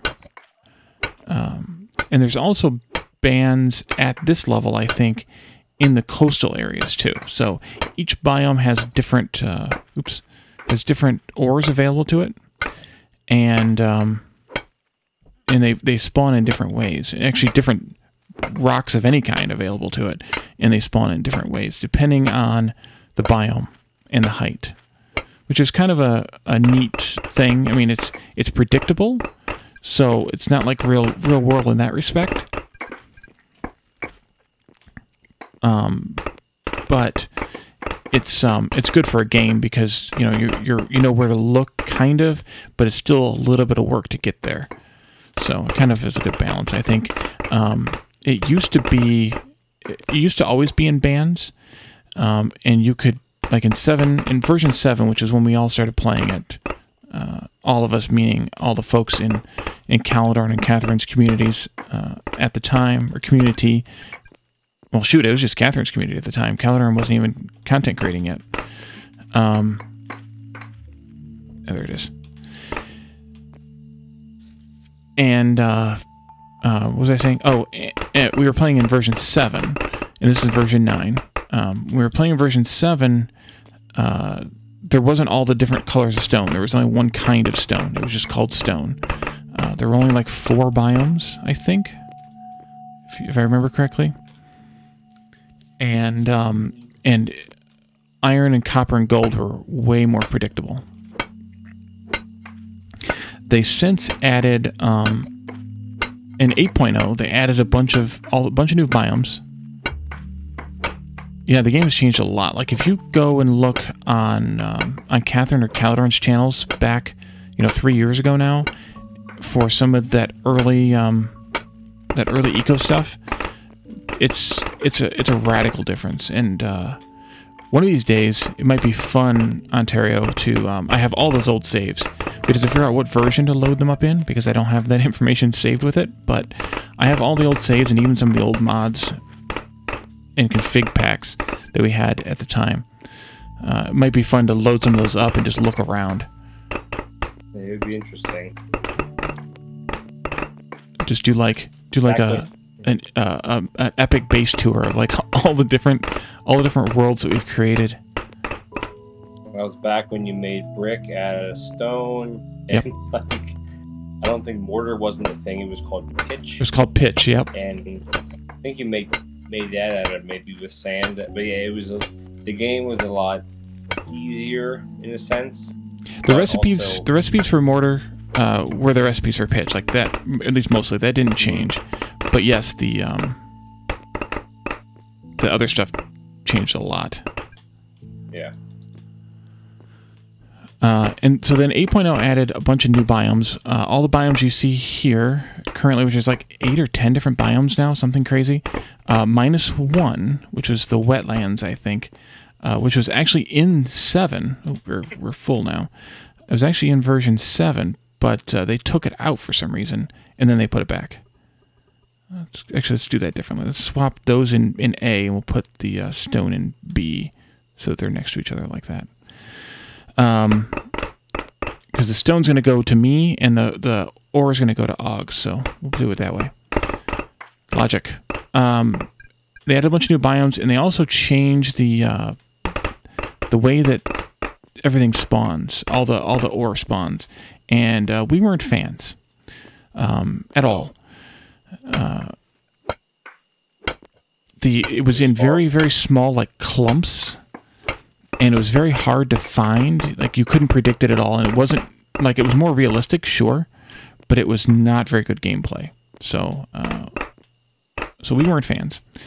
And I think we did, a few of us did a private server that we didn't finish. And then we did one community server, I think. I'm going to take that limestone with me, too. We did one community server, I think, in the Catherine and Caledon community at the time. And then that was it for version 8. It was just, it wasn't fun. And I think that even caused them to lose a lot of their player base at the time, too. It's come back up since then with 9, but 8 was really, really tough.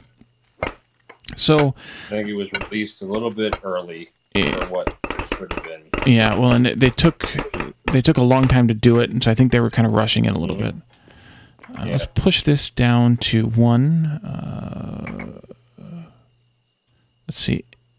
It'll be B1. Yeah, B1. Then we'll move the ore down to A1. That way they're down at the head of the class there. And then 9 came out, and they added the wetlands back, which was nice.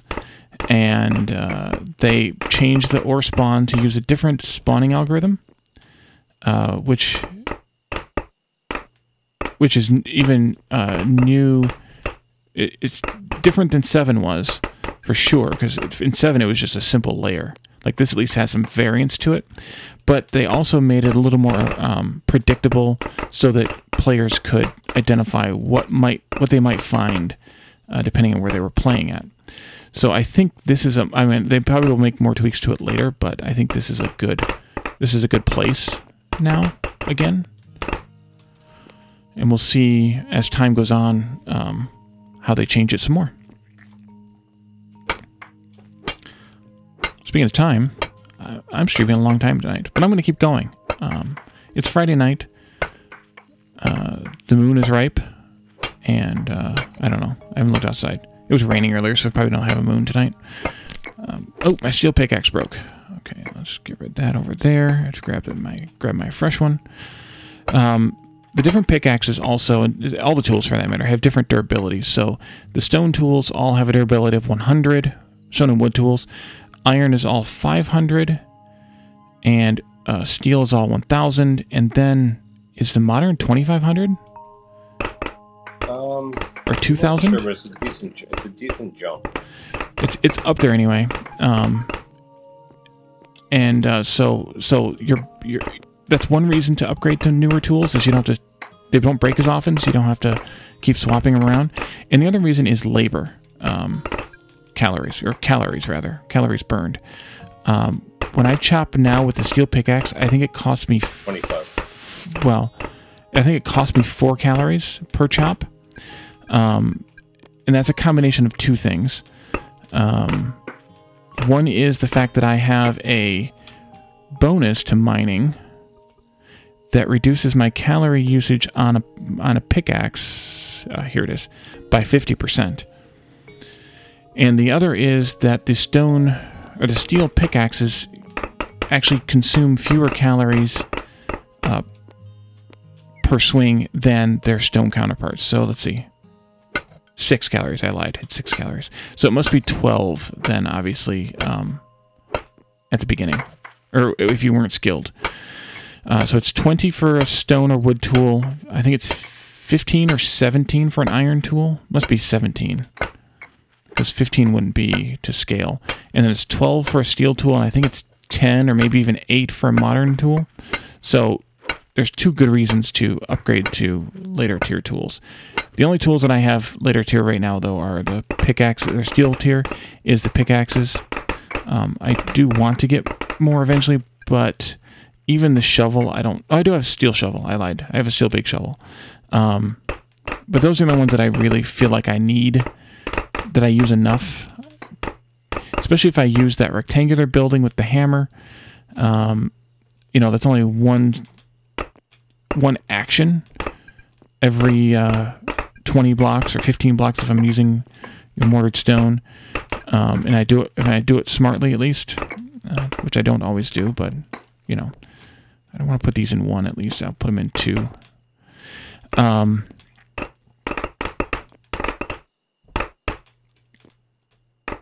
But the pickaxes for sure, because, you know, I'm mining like crazy. So I'll put these in 1, though. That's fine. So I had to have, and I made Og make me 2 so that I could have 1 to trade in when I needed it to be repaired, so he would be able to connect and repair it sometime while I could still use the other one. And then I have 1 iron pickaxe there as an emergency supply. If I'm in the middle of a project and I break my second pick and Og hasn't been able to come in, then I can switch to iron emergency stash. All right, so you go to A1 and A1 and then A2 there, and then I'm going to take this stone here into there. I'm going to take a short break and grab some more water, and I will be right back.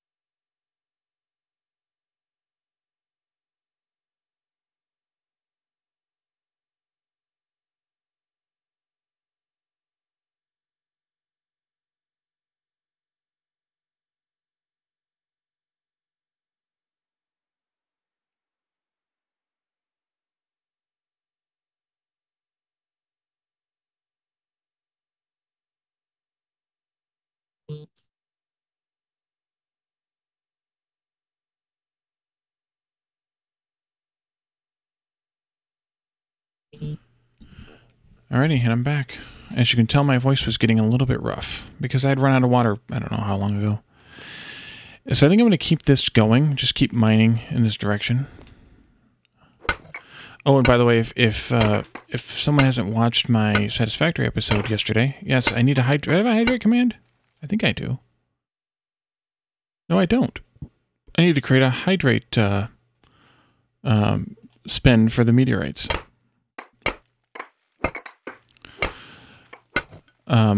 If you haven't watched my Satisfactory for today yet, you can hear that I have changed my audio settings. I talked about it in that. I forgot to talk about it when I started the stream tonight. So Calidorn recommended some filters to apply to OBS to control the sound of the pitch and volume of my voice. No, that's Saturday Night Live. Or that's not. Was that Ron Burgundy? I can't remember. Anchorman. But anyways, to control the tone of my voice a little bit, add some equalizer and some filters and stuff like that to make the sound a little bit better. So I applied those yesterday. No, wait. Been in a couple episodes? Hey, Psycho. Welcome. So I applied those filters. That was Wednesday night I applied those filters. So, but they weren't in Thursday's episodes. They were just in today's episode of Satisfactory. That's right. So, so I applied those filters, and I still have some changes I'd like to make. I think you can hear me breathing in, like an intake of breath, a little bit too much. I don't know. It's also potentially a microphone position thing, so I'm trying to fiddle with that a little bit too. But we'll see. I may have some more changes I want to make. If anybody out there listening is an audiophile, and you have suggestions on equalizer bands and settings, by all means, hit me up on Discord. I am open to suggestions on settings that I can apply to improve my nasally drone.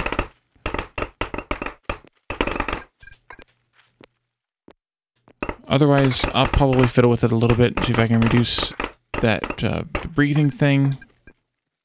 And if there's anything else that I notice in the sound curve that my untrained ear notices. But I think it's close. I think it's good. It's not great, but it's way better than it was. So I'm happy in that respect.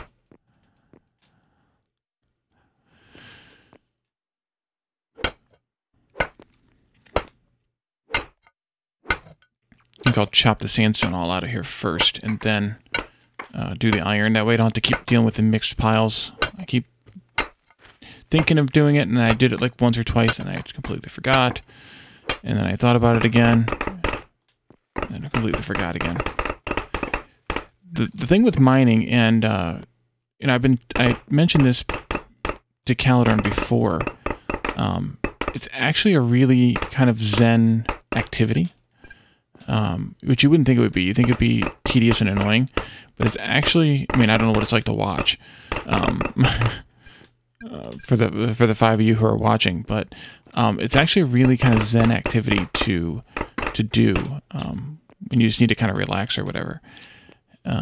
So I way more to me than the other gathering professions. I mean, I suppose farming might be okay in that respect, but to me, tree chopping is kind of annoying and tedious, and I can't do it for very long before I get annoyed or bored or both.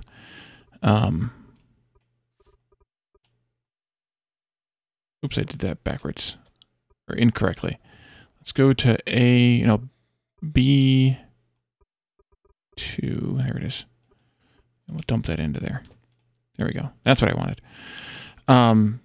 But for me, at least, mining is very zen and very relaxed, which is why I'm able to just kind of carry on with this this monologue and try and pay attention to chat as much as I can, as per usual. But you guys know I'm not very good at chat watching. But it's why I'm able to keep up this kind of steady monologue here of talking about random stuff, because that doesn't require a lot of independent thought. Like, you know, the other night playing Dyson Sphere, it's you're trying to figure out a ratio, trying to do some math, and there's plenty of math here, but not all the time with a factory game like Dyson or Satisfactory or Factorio.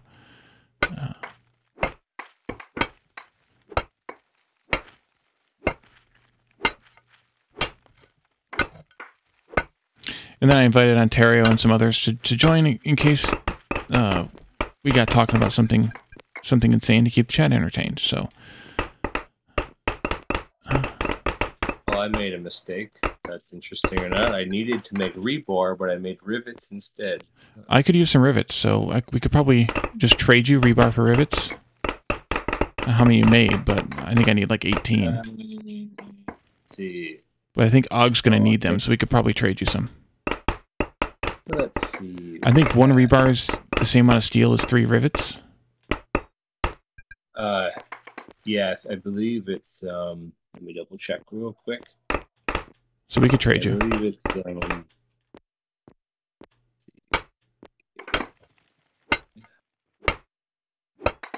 3 rivets and then a rebar. It's like a half a steel or something at the, or it's the same amount of steel, whatever it is, and it's like 1 rebar and 3 rivets for the same amount, right? Am I right in that? Yeah, let me look this way. So 1 rebar is, well, I'm at 55% efficiency, but yeah, it's 2 to 1, and then the rivets are 2 to 3. So yeah, it's basically 3 to 1. Okay, so however many you have you don't need, I can trade you for some rebar. I still have some from the reinforced concrete, and I don't know if Og has any laying around here or not, but we can trade you for it. So I have 76, so that would be 25. Do you have 25 rebar? I'll look. Let me finish this iron collection here, and then I'll go up and look. I have some laying around, I know, because Og made me a bunch for the reinforced concrete, and I haven't used it all. I wonder if I'll make them. Let me see if I actually need it for something. I think they're only used for industry stuff. Well, steel signs, bed frame, yeah, stove recipe. Can I make those? No, that's mechanics. So you might need some of them. Modern upgrade 1s, but I don't. Maybe I'll just hang on to them. Okay. I'm gonna need modern upgrade 1s. Once I get, I'm trying to get the scrolls made for composites, which I can't take for another 3.5 days, but I have almost all the papers made. Oh, nice. I made all of them. I buy them, and then the only thing I need will be the engineering. What do they call the engineering moderns? That I can't make. They take mechanics, the axles and the plates and the gears, so those I'll have to purchase. Okay. Yeah, Yeah, I'll just keep them. I just got electronics today, which we can't actually do anything with because we need that epoxy and plastic before I can really do anything with it. And then Og also needs to make me some rivets. Hopefully he's listening. And then I can make the electronics assembly with that. But my next star is in 17 days at my current housing and food, which I'm not, to be fair, I'm only on tier 1 food. Like, I haven't bothered upgrading my food at all. And you must be a star ahead of me then. Maybe not. No, I think I'm one behind you. I think the one you took previously. I'm level 7.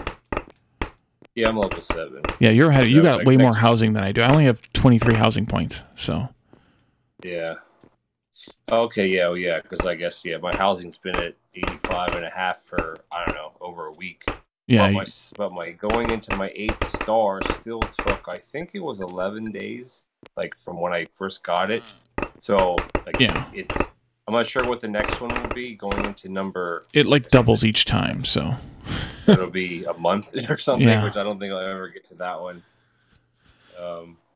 Which is funny. How many stockpiles? 1, 2, and a bit, plus the bit that I have over there. We're at about 3 stockpiles full of iron for Og, so we can keep going. I haven't mined any iron. I'm not sure what my supply. I've been turning while I built this building, and that was a lot of corrugated steel. So I wonder how much iron I even have. I don't know.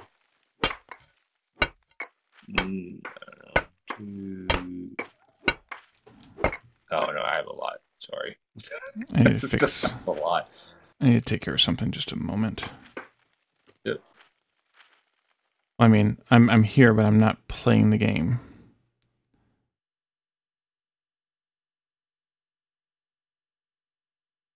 Oh yeah, we haven't really done a whole lot of damage pollution-wise.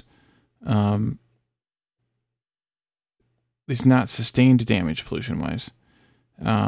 There's some air pollution here at my place due to my world layers is right, environment data pollution. There's some air pollution here, maybe still at my place. No, mine's all gone now. August still polluting decently, and so is Ontario. These folks over here would be polluting if they were playing more. They're not. And there's a bit of air pollution here around Mamode. But that's all.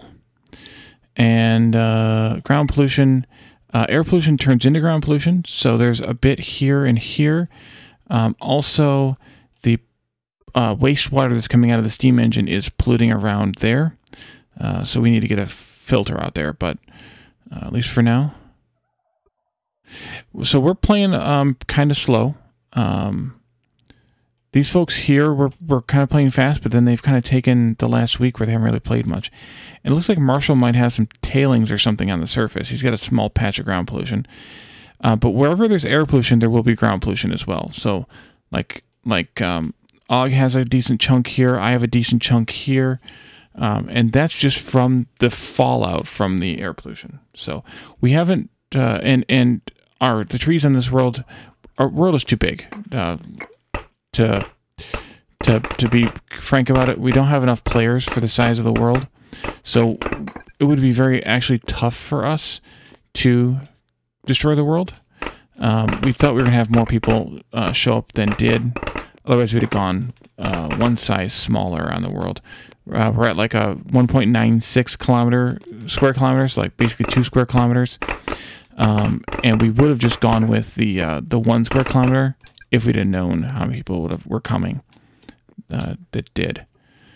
So yeah, it's hard to say because some people will say they're coming and then don't, and some people will say they're not and then or won't answer and then they do come. So you can never really truly predict the capacity of a server, even if you ask like we did. But it's all right. We're playing the game to build this time. At least, the group of us over here are. That is myself and Og and Caledorn, and I assume Ontario as well. We're more playing to build than we're playing to, we don't even have a meteor. We didn't even spawn the meteor in. So we're not playing for the race. We're playing for the long haul and to build the epic buildings.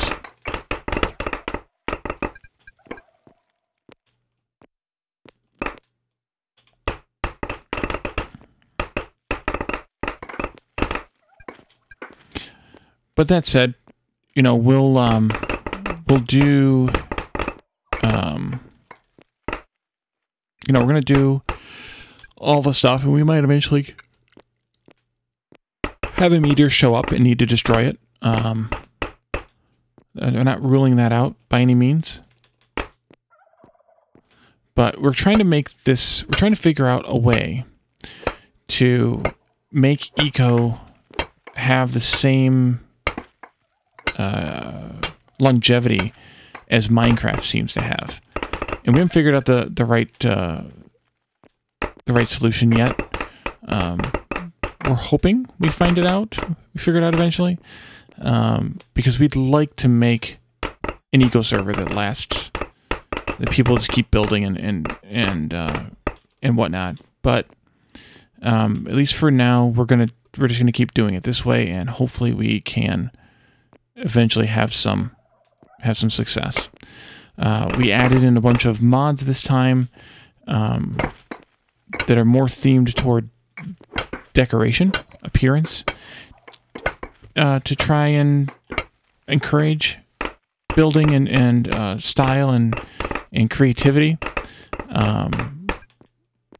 So hopefully those help, at least for the folks who do stick around. We'll see. Hope so.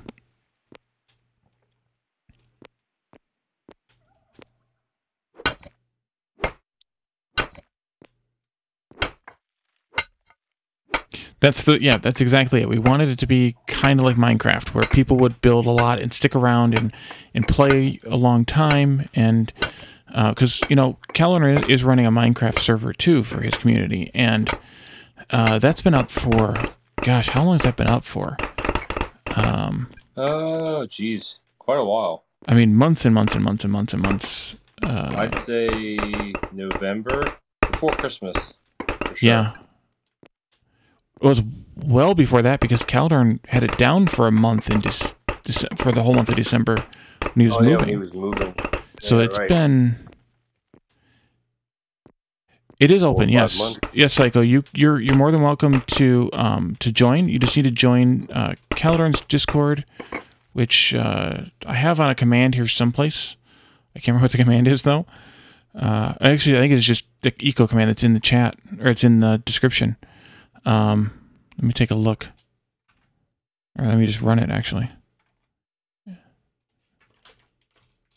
All right. All right. Well, I'm going to head out, so I'll see you all guys tomorrow. Alrighty. Thanks for stopping in, Ontario. Yep. See you later. Yeah, so if you join Caladorn's Discord, there is the connection info, the server info in there. And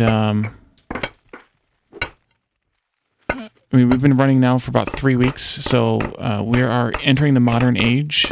We're kind of, depending on who you're talking to or where you're looking at, we're a decent chunk into the modern age. But as I like to tell everybody, if you're interested in this game, there's no reason why you can't join in the server, even the server that's at this point, and pick something up and take some professions, the gathering type professions, whether that be logging or mining. Food's not really been in as high demand. Because a lot of us are still eating tier 1 food, I think. Tier 1 or maybe tier 2 food. So the food ingredients, the actual farming gathering hasn't been in that high demand. But, I'm going to probably start buying limestone soon because I'm going to want a lot of it for a project that I have planned. And I don't know that I'll be able to mine it all. And someone can always join and jump in and help take whatever professions they'd like to take. We always need supplies of different tiers, and we are doing a decent amount of trading. I would say the things that we're shortest on right now,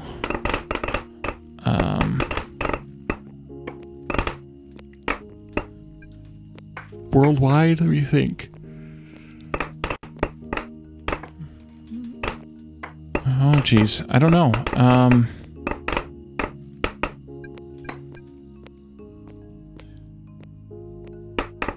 There's probably still demand for lumber, so you could probably use someone else doing that. I think Ontario's still the only one doing that. So that's an idea for someone who might join at this point. Carpentry's not that deep. It's only a second tier sort of skill.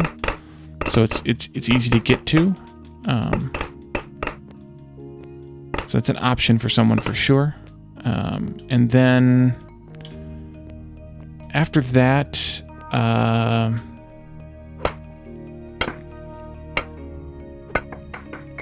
if it depends on Phasian. Right now he's doing the cooking and supplying a bunch of us with food. Lovely Santa's also cooking and supplying with food. Lovely Santa's further away, so I'd rather buy from Phasian because he's closer, plus he does deliveries.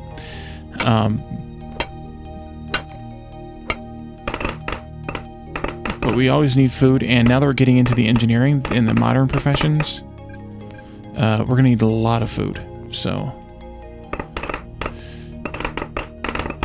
and if you just like to build, carpentry will get you more hewn logs, which are tier 1 building material, and lumber, which is tier 2 building material. So you can build to your heart's content out of wood then. Lumber does require nails, which are made from iron, of course, by a smelter. But if you just want to build, you can just do that and just build like a crazy person. On the stone side, the tier 1 material for stone is mortared stone. That's what this stuff is here. There are 4 different varieties of it. There's 3 different varieties of hewn logs, but they look a lot closer together than the 4 different varieties of mortared stone. Masonry also gets you reinforced concrete as well. Once you get to that point, that's a tier 3 building material. There's 4 tiers, by the way. The And then in the middle there for stone products is glass and pottery, which are both tier 2 skills. And those can be, let's see, B, let's go to A3. And you go to A3 as well. All right, Jake, thanks for coming by. Oh, there's more stone down there, too. Let's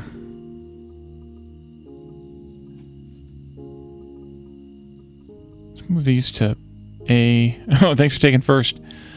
A2. B2, that's where we're going. And so then glass and pottery are both tier 2 stone products, and they are also nice to build with. Pottery includes brick, by the way. And then there's the other tier 3 is corrugated steel. And that's made by an advanced smelter.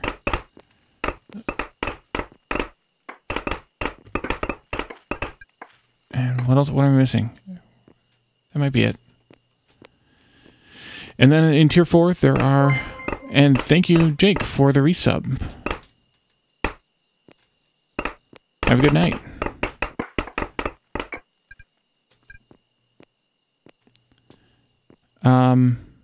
So, and then in tier 4, there are 4 building materials. There's Ashlar Stone, which is what I'm currently working on. Actually, I need to go and take another delivery of stone. It's time. It is time. We can elevate this stone we have here, the sandstone we have here, and go and deliver some over there. And then there is flat steel, which is also made by a... and so Ashlar uses stone, of course, and it uses steel as, I don't know, steel reinforced, I guess. And then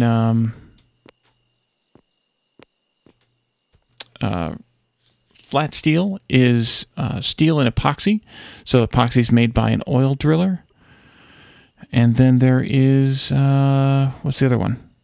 The other ones, framed glass, which is glass and steel, and then there is composite lumber, which is lumber, plastic, and epoxy, so which are both oil products as well. So you kind of have a good blend or a good mixture of the different professions, and it makes it really useful when you're trying to balance out the end game, kind of. Let's put this stuff in A3. There we go, and then we'll put this in A4. So we have 1, 2, 3, almost 4 stockpiles full of iron ore for Og. That's good. And we can go up here to T2. Can I see my truck from here? No, because it's over there. Doggone it. So let's elevate this into stone and junk. And then I can go get the truck, bring back the mortared stone that I have made, or the ashlar stone that I have made, and take some stone over there and make some more.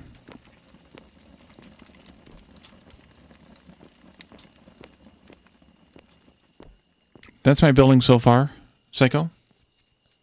I have a lot more work to do, but here's where we're at so far, at least.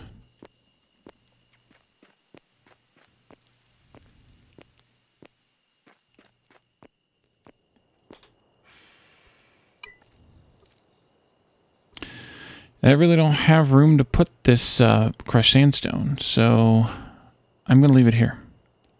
And so we have 20, 40, 53, which makes sense. Ashlar Sandstone done. And that's 2 of the 4 mortared stone there, by the way, and Og's using a third one there for his wall. So we have mortared sandstone, mortared limestone, and then that's just generic mortared stone. So you can use any kind of stone to make generic mortared stone. And let's go here. We'll put these in. I take them out of the truck. and put them in here for now, and then we'll take this into the truck and drive it on over. And that'll get us up to 80, I think, if my math is correct.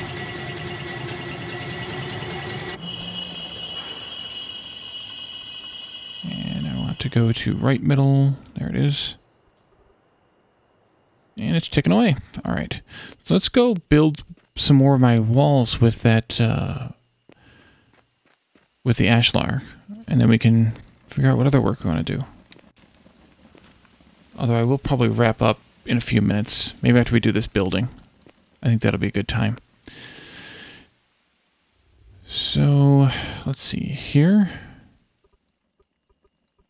Bring this up here, and I'll grab some of that. So, as I was explaining earlier, that I'm going to eventually take this wall down and actually take this whole brick room down. And so I'm going to put in an ashlar wall here eventually, but I'm not going to do it just yet. I think I'll do this outer wall first. So I can do, let's do this. Build that wall. And then I'm doing this flat roof piece here because I think it looks kind of neat. Up, can I get up there? Yeah. I think it looks kind of neat like this. Using that kind of beveled edge or whatever that is, whatever you can call that decorative bit there. I think it looks kind of neat. And I'm gonna need a step stool here, so let me maybe place something down. Can I reach up there? And then I want roof blocks.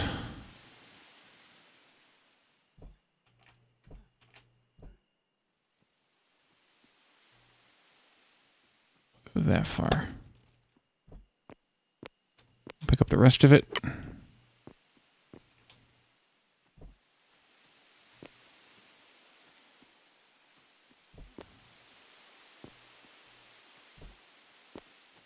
That's 12. Yeah, that's all I got.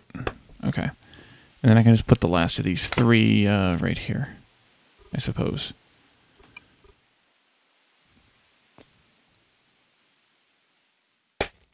That's all I got for that, all that work.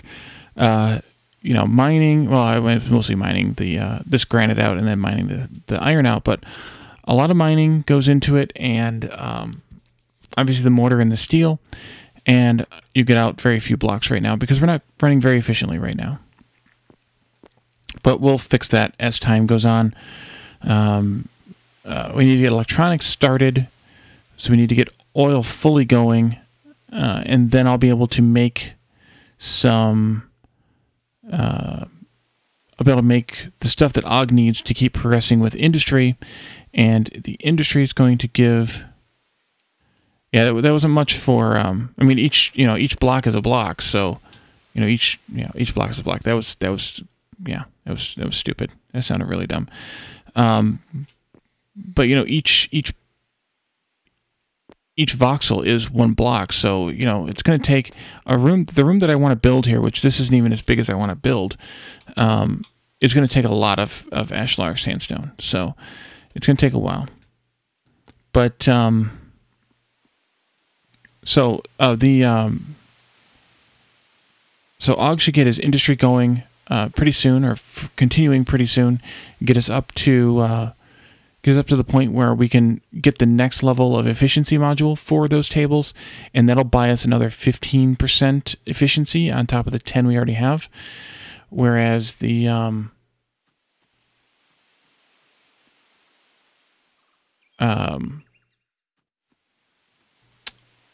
then after that, electronics is the next step for efficiency, and then the final efficiency module for modern stuff is in the composite lumber. So I was glad to hear that Ontario is still planning on taking that, because we're gonna need it. So let's shift up the rest of that sandstone, and then I think I'm gonna call the stream, because I'm getting a little bit tired. I still have some sleep to make up for, I suppose. Yeah, let's go here, and we'll shift up all of this stone. There's some here too. Look at that. Go up to 2. some in 6 that can go up to 3 for now. We'll put this into 2 as well. And there we go. And then I'll take this limestone upstairs too. Is that all we had downstairs, or is there more of something down here? 7, 8, 9, 10, 11 are probably both empty also. Yeah, 10, 11 are both empty. Okay, so I have a lot more mining to do. I need to mine out some of that gneiss down in the bottom so that I can make the rest of that other 40 mortar gneiss that I need, or ashlar gneiss rather, for the flooring. But I'm just going to keep working on that as I can, and we'll figure out what we're going to do. Let's move this out of the way. So calendar doesn't use it. Put it over here. And we'll put the sandstone and stone and junk here. And here.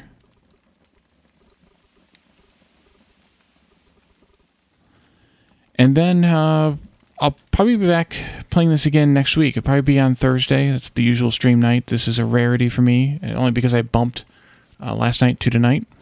But we'll be back streaming Dyson Sphere tomorrow night, Satisfactory Sunday Shenanigans on Sunday, and then